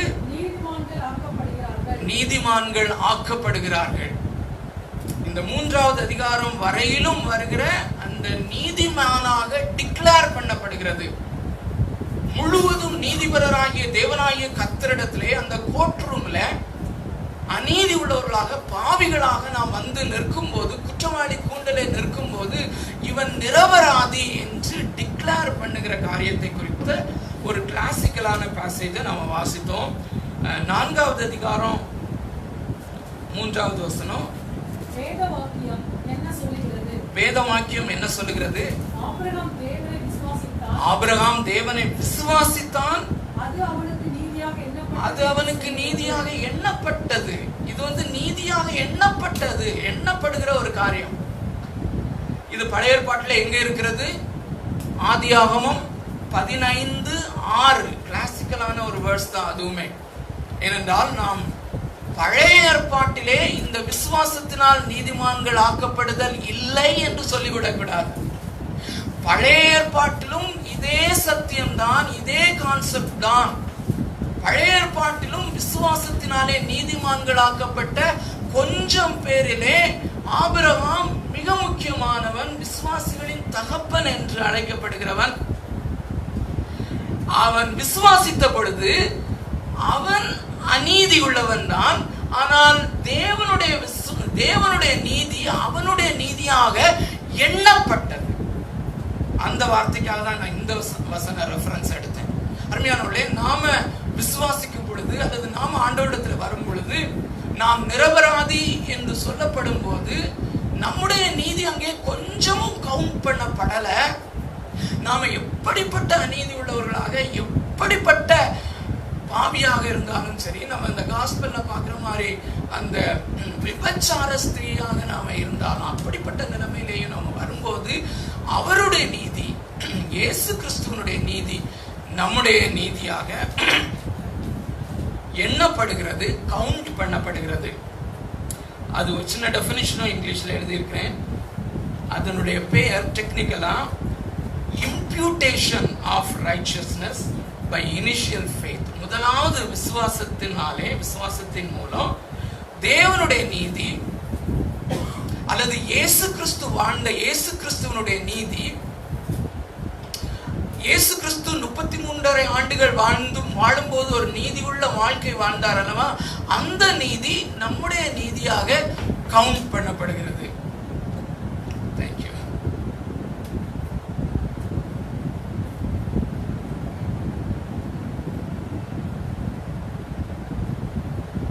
இதை இம்ப்யூட்டேஷன், எண்ணப்படுதல் என்று அழைக்கிறார்கள். சோ இரண்டாவது அடுத்த குறிப்பு மிக முக்கியமானது. அருமையானவர்களே, இன்றைக்கு விசுவாசிகளாகிய நம்மிலே பலருடைய உள் மனசிலே இருக்கிற எண்ணம் என்னவென்றால், அருமையானவர்களே, இந்த தமிழ் கல்ச்சர்ல விசுவாசியாக 45 ஆண்டுகளுக்கு மேலாக வழிநடந்து அநேகரோடு பேசி அநேகரோடு பழகிய எல்லா காரியங்களும் எனக்கு தெரியும், எல்லாம் தெரியும்னு ஒரு மமதையா சொல்லல. அதன் அடிப்படையிலே நம்முடைய பிரச்சனை, என்னுடைய பிரச்சனையும் என்னவென்றால், நாம ரட்சிக்கப்படும் போது விசுவாசத்தினாலே ரட்சிக்கப்படுகிறோம். அதற்கு அப்புறமா பாவத்தோடு போராடுகிற அந்த போராட்டத்திலே நாம் தனியாக விடப்படுகிறோம். அல்லது நான் தான் போராடி ஒரு பரிசுத்த வாழ்க்கையை வாழ வேண்டும் என்கிற ஒரு பேர்டன், அநேகர் அந்த பேர்டனை எடுத்துக்கொள்கிறார்கள். போராடி கொண்டு அநேகருடைய வாழ்க்கை ஒரு ஃப்ரஸ்ட்ரேஷன்ல போயிடுச்சு. அதுக்கப்புறம் என்ன அவங்க நினைக்கிறாங்கன்னா, இது நம்மளால முடியாது அப்படின்னு சொல்லி சோர்விலேயே வாழ்ந்து கொண்டிருக்கிற அநேக வாலிபர்களும் அநேக மக்களும் இருக்கிறார்கள். அப்புறம் ஒரு சில விசுவாசிகள் என்ன நினைக்கிறார்கள் என்றால், அது ஒன்றும் பெரிய காரியம் இல்லை, ஆண்டவர் கிருபையா எப்படியாவது கொண்டு போயிடுவாரு அப்படின்னு நினைக்கிறாங்க. அப்படி முடியாது. அசுத்தம் இல்லாமல் ஒருவனும் அவரை தரிசிப்பது இல்லையே, முடியவே முடியாது. அவங்க காம்ப்ரமைஸ் பண்ணிடுறாங்க. இன்னொரு கேட்டகரி ஹைப்பர் கிரேஸ் என்று சொல்லிக்கொண்டு நாம் எப்படியும் வாழலாம் என்று சொல்லிக் கொள்கிறார்கள். அருமையானவர்களே, அப்படி ஒரு கிரேஸே கிடையாது. அதுக்கு பேர் லைசன்சியஸ்னஸ் அல்லது லைசன்ஸ் டு சின். அப்படி ஒரு கிருபை கிடையாது. சோ இப்படிப்பட்ட நிலைமையில இருக்கிற நமக்கு இது ஒரு பெரிய ஆறுதல். அருமையானவர்களே, it is not only given for faith, it is given for an ongoing faith.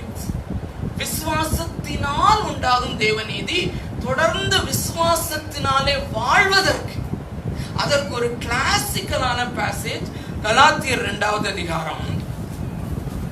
அதை தான் நான் முதலாவது எடுக்க வேண்டும் என்று யோசனை. கலாத்தியர் 2வது அதிகாரம் 20, 21.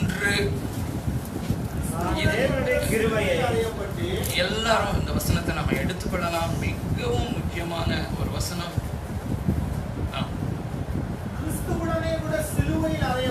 கிறிஸ்துவுடனே கூட சிலுவையில் அறையப்பட்டேன். நாம் நீதிமான்களாக்கப்பட்டவர்கள் என்றால், நாம் ரட்சிக்கப்பட்டவர்கள் என்றால், அல்லது இந்த முதலாவது ரட்சிப்பை நாம் அடைந்தவர்கள் என்றால், நாம் கிறிஸ்துவுடனே கூட சிலுவையில் அறையப்பட்டோம். இதுவும் அருமையான இதெல்லாம் பிலாசபிக்கல் ஸ்டேட்மெண்ட் கிடையாது. தேவனாய கர்த்தர் நம்மளை பார்க்கும்போது இப்படித்தான் பார்க்கிறார். Spiritual reality. இயேசு சிலுவையில் அடிக்கப்படும் பொழுது, அருமையானவர்களே, திஸ் இஸ் ரியாலிட்டி. இயேசு சிலுவையில் அடிக்கப்படும் பொழுது பிதாவாகிய தேவன் தன்னுடைய சொந்த குமாரனை அங்கே பார்க்கும்போது அந்த குமாரனுக்கு உள்ளே நம்மை கண்டார். அவரோடு கூட நாம் அடக்கம் பண்ணப்பட்டதை அல்லது அவரோடு கூட சிலுவையில் அறையப்பட்டதை அது ரியாலிட்டியாக தேவன் கண்டார் என்பது உண்மை. அது பிலாசபிக்கல் ஸ்டேட்மெண்ட் கிடையாது. இதை குறித்து ரோமர்ல அது தெளிவாக நம்ம கற்றுக்கொள்வோம். பிறகு கிறிஸ்துவுடனே கூட சிலுவையில் அறையப்பட்டேன், ஆயினும் பிழைத்திருக்கிறேன். இனி நான் அல்ல, கிறிஸ்துவே எனக்குள் பிழைத்திருக்கிறார். அப்படின்னா அந்த பிழைப்பு அப்படிங்கிற வார்த்தை கொஞ்சம் மிஸ்லீடிங்கா இருக்குது தமிழ்ல. கிறிஸ்துவே என்னில் வாழ்கிறார், அதான் சரியான translation. Jesus lives in me, என்னிலே வாழ்கிறார், பிழைத்திருக்கிறார். நான் இப்பொழுது மாம்சத்தில் பிழைத்திருக்கிறதோ, என்னில் அன்பு கூர்ந்து எனக்காக தம்மை தாமே ஒப்பு கொடுத்த தேவனுடைய குமாரனை பற்றும் விசுவாசத்தினாலே வாழ்கிறேன். அதான் சரி. விசுவாசத்தினாலே வாழ்கிறேன். I am living by faith. அருமையானவர்களே, ஒவ்வொரு நாளும் நம்ம விசுவாசத்திலே வாழ்கிறோமா? If you are living by faith. ஆனா முதல்லயே நல்லா கவனிங்க. நான் ரட்சிக்கப்படும் போதே நான் விசுவாசித்ததுனாலதான் நான் ரட்சிக்கப்பட்டேன் என்பது அடி மனசுல நமக்கு இருக்குமானால், அப்படிப்பட்டவர்கள் தான் இந்த தவறை செய்ய வாய்ப்பு இருக்கிறது.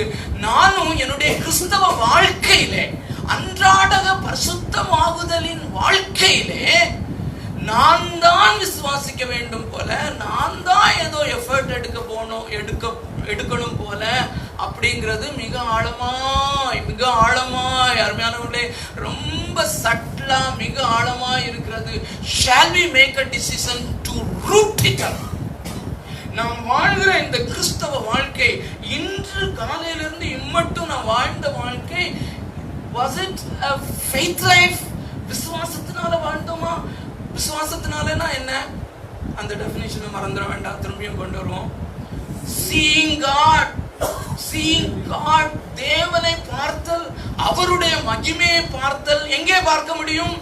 இந்த வேதாகமத்திலே தேவன் எப்படி வெளிப்பட்டு இருக்கிறார், இந்த வேதாகமத்திலே எழுதப்பட்டிருக்கிற அந்த வார்த்தைகள், வாக்குத்தத்தங்கள், அதிலே தேவனை பார்த்தல், அவரை ருசித்தல், அவரை ரசித்தல், அவரிலே சாட்டிஸ்ஃபை ஆகுதல், இதுதான் விசுவாசம். இந்த விசுவாசம் இருக்குமானால் சங்கீதம் 16:11 என்ன சொல்கிறது? உம்முடைய சமூகத்தில் பரிபூரண ஆனந்தம். பரிபூர்ணம்னா குவான்டிட்டி, பரிபூர்ண ஆனந்தம், பெர்ஃபெக்ட் ஜாய். குவான்டிட்டி அது மாத்திரம் இல்ல, இட்டர்னல். உம்முடைய வலது பாரசத்தில் நித்திய பேரின்பம்.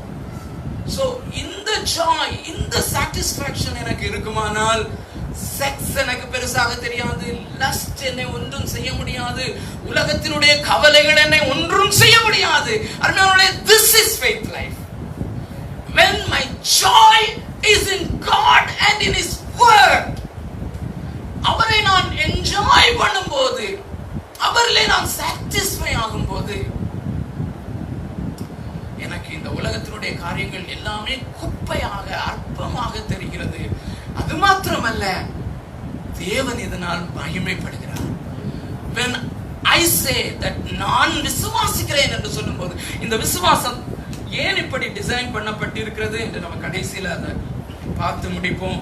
தேவன் மகிமை பெறும்படியாக இந்த 21வது வசனத்தையும் வாசிக்கலாம். நான் தேவனுடைய கிருபையை விருதாவாக்குகிறதில்லை. சோ நான் விசுவாசிக்கும் போது, சோ என்னுடைய அன்றாடக கிறிஸ்தவ வாழ்க்கை, என்னுடைய அன்றாடக பரிசுத்தமாகுதலின் வாழ்க்கையும் விசுவாசத்தோடும் கிருபையோடும் சேர்ந்தது. விசுவாசத்தை அவர் அருளுகிறார். வேதத்தை வாசிக்கும் போது, வேதத்துக்கு நான் எக்ஸ்போஸ் ஆகும்போது, தேவனுடைய சமூகத்துக்கு முன்பதாக வரும்போது, அவர் என்னுடைய விசுவாசத்தை வர்த்திக்க பண்ணுகிறார், விசுவாசத்தை பெருக பண்ணுகிறார். விசுவாசம் பெருகும் போது சந்தோஷமும் மகிழ்ச்சியும் பெருகிறது. இந்த சந்தோஷமும் இந்த மகிழ்ச்சியும் பெருகி கொண்டிருக்கிறபடினாலே உலகத்தின் சந்தோஷம் நமக்கு அற்பமாக தெரிகிறது. கிருபை வருகிறது. இந்த விசுவாசத்தோடு கூட சேர்ந்து கிருபை என்பது தேவனுடைய வல்லமை. அந்த கிருபைக்கு ஒரு நல்ல டெஃபினிஷன்,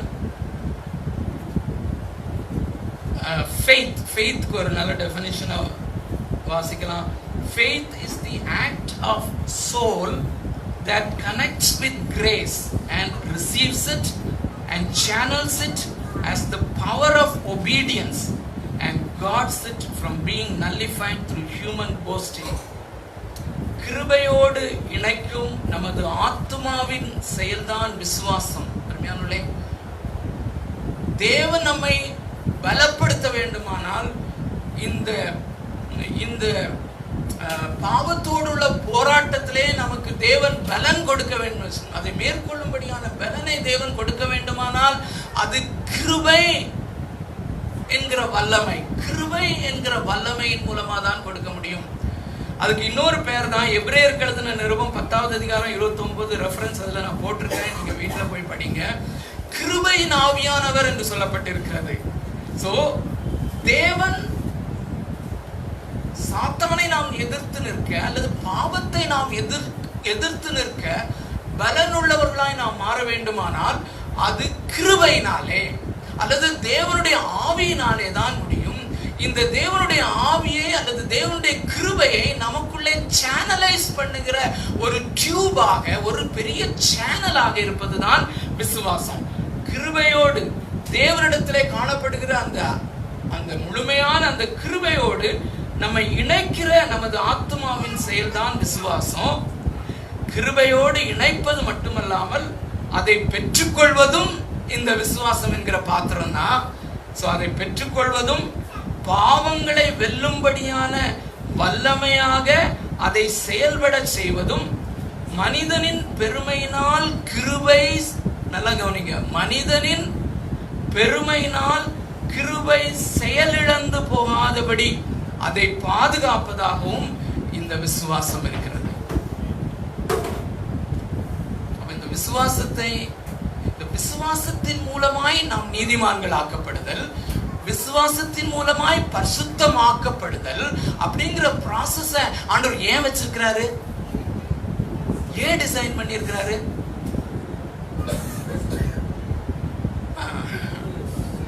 மகிமை நமக்கு கொஞ்சமும் வரக்கூடாது, மனுஷனுக்கு மகிமை போகக்கூடாது, அவருக்கே மகிமை உண்டாக வேண்டும் என்பது. இன்னொரு காரியம் அருமையானவர்களே, அதோடு நான் முடிக்க விரும்புகிறேன்.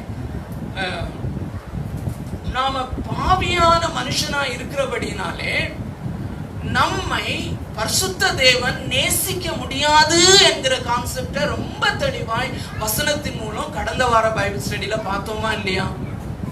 அருமையானவர்களே, ஒரு சின்ன எக்ஸாம்பிளை கொண்டு வர விரும்புகிறேன். ஒரு இன்சிடென்ட்ல தேவனுடைய பெட்டி இருக்குது இல்லையா, தேவனுடைய பெட்டி பெலிஸ்திய இதுல இருந்து வரும்போது அதை வண்டியில வச்சு அந்த தேவனுடைய பெட்டியை கொண்டு வந்தாங்க. அந்த வண்டியில கொண்டு வரும்போது அந்த காளைகள் மிரண்டதுனால, if I am very correct, காளைகள் மிரண்டதுனால அந்த பெட்டி கீழே விழுந்துருச்சு, சரிஞ்சு. அப்போ தேவனுடைய பெட்டி எவ்வளவு ப்ரெஷியஸான பெட்டி, அந்த பெட்டி இந்த மண்ணுல சகதியில பற்றக்கூடாது, சகதியில பட்டு அழுக்காயிடக்கூடாதுன்னு நல்ல எண்ணத்துல பூசா அது காப்பாத்த பார்த்தான்ல. ஆண்டவர் வந்து என்னுடைய சமூகத்தை அல்லது என்னுடைய அந்த ப்ரெஷியஸான பெட்டிய மண்ணுல ஒட்டாம நீ காப்பாத்திட்ட, சபாஷ் அப்படின்னு சொன்னாரா? என்ன நடந்தது நமக்கு தெரியும்.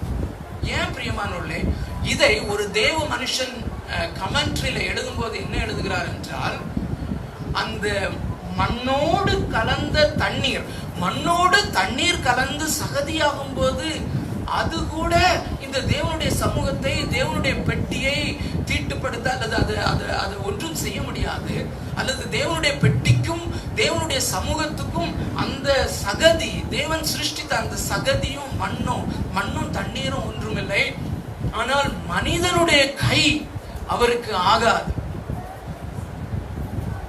A sinful man, when he touches, when he comes into contact with the holiness of God, he cannot bear it. God cannot do that. God cannot allow a sinful person to touch. அப்போ இந்த பாவத்திலே முழுக்க இருக்கிற அந்த மனுஷனிலே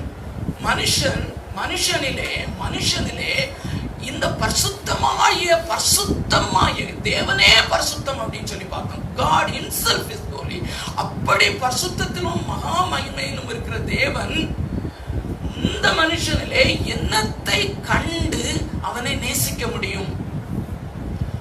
only, இது ஒரு ஆழமான சத்தியத்தை நான் சொல்லி முடிக்கிறேன். இது உங்களுடைய இந்த வாரம் முழுவதும் let it be keep on ringing in you. அந்த பரிசுத்தம் உள்ள தேவன், he can love only the reflection of his glory in man. அதுக்காக தான் பிரியமானவர்களே, இந்த விசுவாசம் என்கிறதை அவனுக்குள் வைத்து, விசுவாசம் இல்லாமல் தேவனுக்கு பிரியமா இருப்பது கூடாது. Tremendous words, பிரியமானவர்களே. It is impossible for any sinful man to please God. அல்லது அது சரியான டிரான்ஸ்லேஷன்ல சொன்னா, இந்த பரிசுத்தமான தேவனை பாவியான மனுஷன் நேசித்து அவருக்கு ஃப்ரெண்டா இருக்கணும்னா அவர் கொடுக்கிற விசுவாசம் என்கிற எலிமெண்ட் இல்லாம அவரும் இவனை நேசிக்க முடியாது, இவனும் அவரை நேசிக்க முடியும். விசுவாசம் எவ்வளவு இம்பார்ட்டன்ட் நினைக்கிறீங்க பிரியமானவர்களே? அந்த வசனங்கள்லாம் நமக்கு தெரியும், ஆனாலும் கொஞ்சம் வாசித்துலாமா? ரோமர்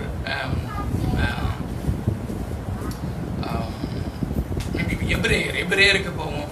எபிரேயர் 11வது அதிகாரம் 5வது வசனம். விசுவாசத்தினாலே ஏனோக்கு மரணத்தை காணாதபடிக்கு எடுத்துக்கொள்ளப்பட்டான். தேவன் அவனை எடுத்துக்கொண்டபடியினாலே அவன் காணப்படாமற் போனான். அவன் தேவனுக்கு பிரியமானவன் என்று அவன் எடுத்துக்கொள்ளப்படுவதற்கு முன்னமே சாட்சி பெற்றான். அருமையானவர்களே, இது பழைய ஏற்பாட்டில் ஏனோக்கை பற்றி சொல்லும் போது எழுதப்படல. இந்த எபிரேயருக்கு எழுதின ஆக்கியோன் மகா பெரிதான தேவனுடைய வெளிப்பாட்டை பெற்று அன்று ஏனோக்கு பழைய ஏற்பாட்டிலே தேவனோடு கூட சஞ்சரித்துக் கொண்டிருந்தான். he was the friend of God. அப்படி ஃப்ரெண்டா இருக்கும்போது ஒவ்வொரு நாளும் அவன் தேவனோடு கூட உலாவிக் கொண்டு இருக்கும்போது திடீரென்று ஒரு நாள் அவன் காணாமற் போனான். தேவன் அவனை எடுத்துக்கொண்டார். அவ்வளவுதான் பழைய ஏற்பாட்டில் இருக்குது. ஆனா அது ஏன் என்பதை எபிரேயருக்கு எழுதின ஆக்கியோன் ரொம்ப அழகா எழுதுகிறான். because he had faith. விசுவாசம் இல்லாமல் தேவனுக்கு பிரியமா இருப்பது கூடாத காரியம். இந்த விசுவாசத்தை நாம் அல்ல தட்டி கொண்டு ஒரு பரிசுத்த வாழ்க்கை பண்ண முயற்சிப்போமே ஆனால் it will be an utter failure. ஆண்டவரே நம்மள ஃபெயிலியருக்கு மேல ஃபெயிலியர்ல தள்ளுவார். மிகவும் ஆணித்தரமாக கான்பிடென்டாக சொல்லுகிறேன், தேவன் நம்மை சோதனைக்கு உட்படுத்த முடியும். அன்னைக்கு ஜாஷுவா சொல்லும்போது ரொம்ப பிளைனான ஒரு ஸ்டேட்மெண்ட் சொன்னாங்க. It's very very true. பாவத்துக்கும் உட்படுத்த முடியும். He is sovereign over sin also to make you humble before God and to obtain faith so that you can please God, so that ஆண்டவரை நேசிக்கிறவனா நானும் நீங்களும் மாறுறதுக்காக தான் பிரியமானவர்களே. What a God! இந்த சீக்கிரட்டை மாத்திரம் நாம சரியாக தெரிந்து கொண்டோம். நம்முடைய ஆவிக்குரிய வாழ்க்கை, கிறிஸ்தவ வாழ்க்கை எவ்வளவு ஆனந்தமான ஒரு சாங்டிஃபிகேஷன் ப்ராசஸா இருக்கும் தெரியுமா? ஆனந்தமான ஒரு ஊழிய வாழ்க்கையா இருக்கும் தெரியுமா அருமையானவர்களே? அவர் ministry will also be a faith work. அப்படி செய்யும் போது அப்படிப்பட்ட பரிசுத்த வாழ்க்கை ப்ராசஸ்ல அவர் மகிமைப்படுகிறார். மாத்திரம் இல்ல, இந்த வசனமும் நமக்கு நல்லா தெரியும். அது வாசிக்க வேண்டிய அவசியம் இல்ல. ரோமர் 14:23 சொல்லுகிறது, இந்த விசுவாசம் இல்லாம வருகிற எல்லாம் என்னது? இப்போ புரியுதா? இந்த வசனம் ரொம்ப வருஷமா எனக்கு புரியுது. விசுவாசத்தினால வராத யாவும் பாவம். அப்படின்னா என்ன அர்த்தம் ஆண்டவரே? இப்போ புரிஞ்சிருக்கோம்னு நினைக்கிறேன். இல்லாட்டி தொடர்ந்து டிஸ்கஸ் பண்ணுவோம் பிரியமானவர்களே. நம்ம தொடர்ந்து அடுத்த வாரமும் மேபி ஆண்டவருக்கு சித்தமானால் இதே காரியத்தை நம்ம பார்ப்போம். ரொம்ப ரொம்ப முக்கியமானது, இந்த விசுவாசத்தினாலே என்னுடைய இந்த சாங்டிஃபிகேஷன் ப்ராசஸ் நடக்கலைன்னா நாம நினைப்போம் நானும் பரிசுத்தமாக முயற்சி செய்து கொண்டிருக்கிறேன் என்று. அருமையானவர்களே, என்னுடைய சொந்த வில் பவர்லையும் நான் பரிசுத்தமாய் கொஞ்ச நஞ்சம் வாழ முடியும். நல்லா ஞாபகம் வச்சுக்கோங்க. என்னுடைய கொஞ்ச நஞ்ச வில் பவர்னால நான் ஒரு ஊழியம் செய்ய முடியும். அநேகர் நான் தேவனுக்காக எதையாவது சாதித்து விட வேண்டும் என்று சொல்லும் பொழுது 80% நான் அவர்களுக்குள்ளே இதைதான் பார்க்கிறேன். நான் என்னுடைய சொந்த வில் பவர்னால நான் சில ஊழியங்களை திட்டங்களை போட்டு நான் செய்துவிட முடியும் என்று. முடியுமா? முடியும். பரிசுத்த வாழ்க்கையும் உங்க சொந்த பவர்னால முடியும். மற்றவங்களுக்கு மன்னிக்கணும் சொல்லி நானே முடிவெடுத்து நானே கஷ்டப்பட்டு செய்ய முடியும். ஒருவேளை அது பிரச்சனை என்ன?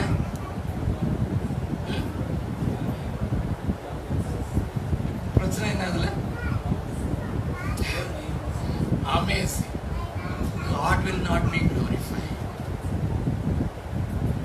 அதுதான் அந்த நியாய தீர்ப்பிலே நிற்கும் போது அந்த விசுவாசத்தினால் வராத காரியங்கள் எல்லாம், விசுவாசத்தினால் செய்யப்படாத ஊழியங்கள், விசுவாசத்தினால் செய்யப்படாத பரிசுத்த வாழ்க்கைக்கான முயற்சிகள் எல்லாமே எரிந்து போய் அக்கினியில அகப்பட்டு தப்பினது போல நிற்போம்.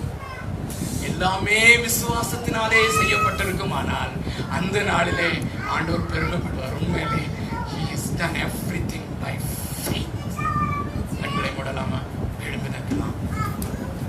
Shall we all stand before the presence of God? இந்த விசுவாசம் எவ்வளவு விலையேறப்பட்டது! விசுவாசத்தை துவக்குகிறவரும் முடிக்கிறவரும். இதை விட எவிடென்டான வேர்ட்ஸ் என்ன வேணும் பிரியமானவர்களே? விசுவாசத்தை துவக்குகிறவரும் முடிக்கிறவரும். உங்களுக்கு அருளப்பட்ட விசுவாசம், விசுவாசத்தை குறித்து முதலாவது ஒப்புவிக்கப்பட்ட விசுவாசத்திற்காக தைரியமாய் போராடுங்கள் என்று யூதா சொல்லுகிறான். சமூகத்திலே நடத்தலாம். ஆண்டவருடைய சமூகத்தை நோக்கி, ஆண்டவரே உம்மை சரியாய் அறிந்து கொள்ள, உம்மை நான் விசுவாசிக்க எனக்கு உதவி செய்யும். அந்த நீர்க்கோவை வியாதி உள்ளவனுடைய அந்த தகப்பன் சொன்னது என்ன அருமையான ஜெபம் தெரியுமா? ஆண்டவரே, என் அவிசுவாசம் நீங்க எனக்கு உதவி செய்யும், விசுவாசிக்க எனக்கு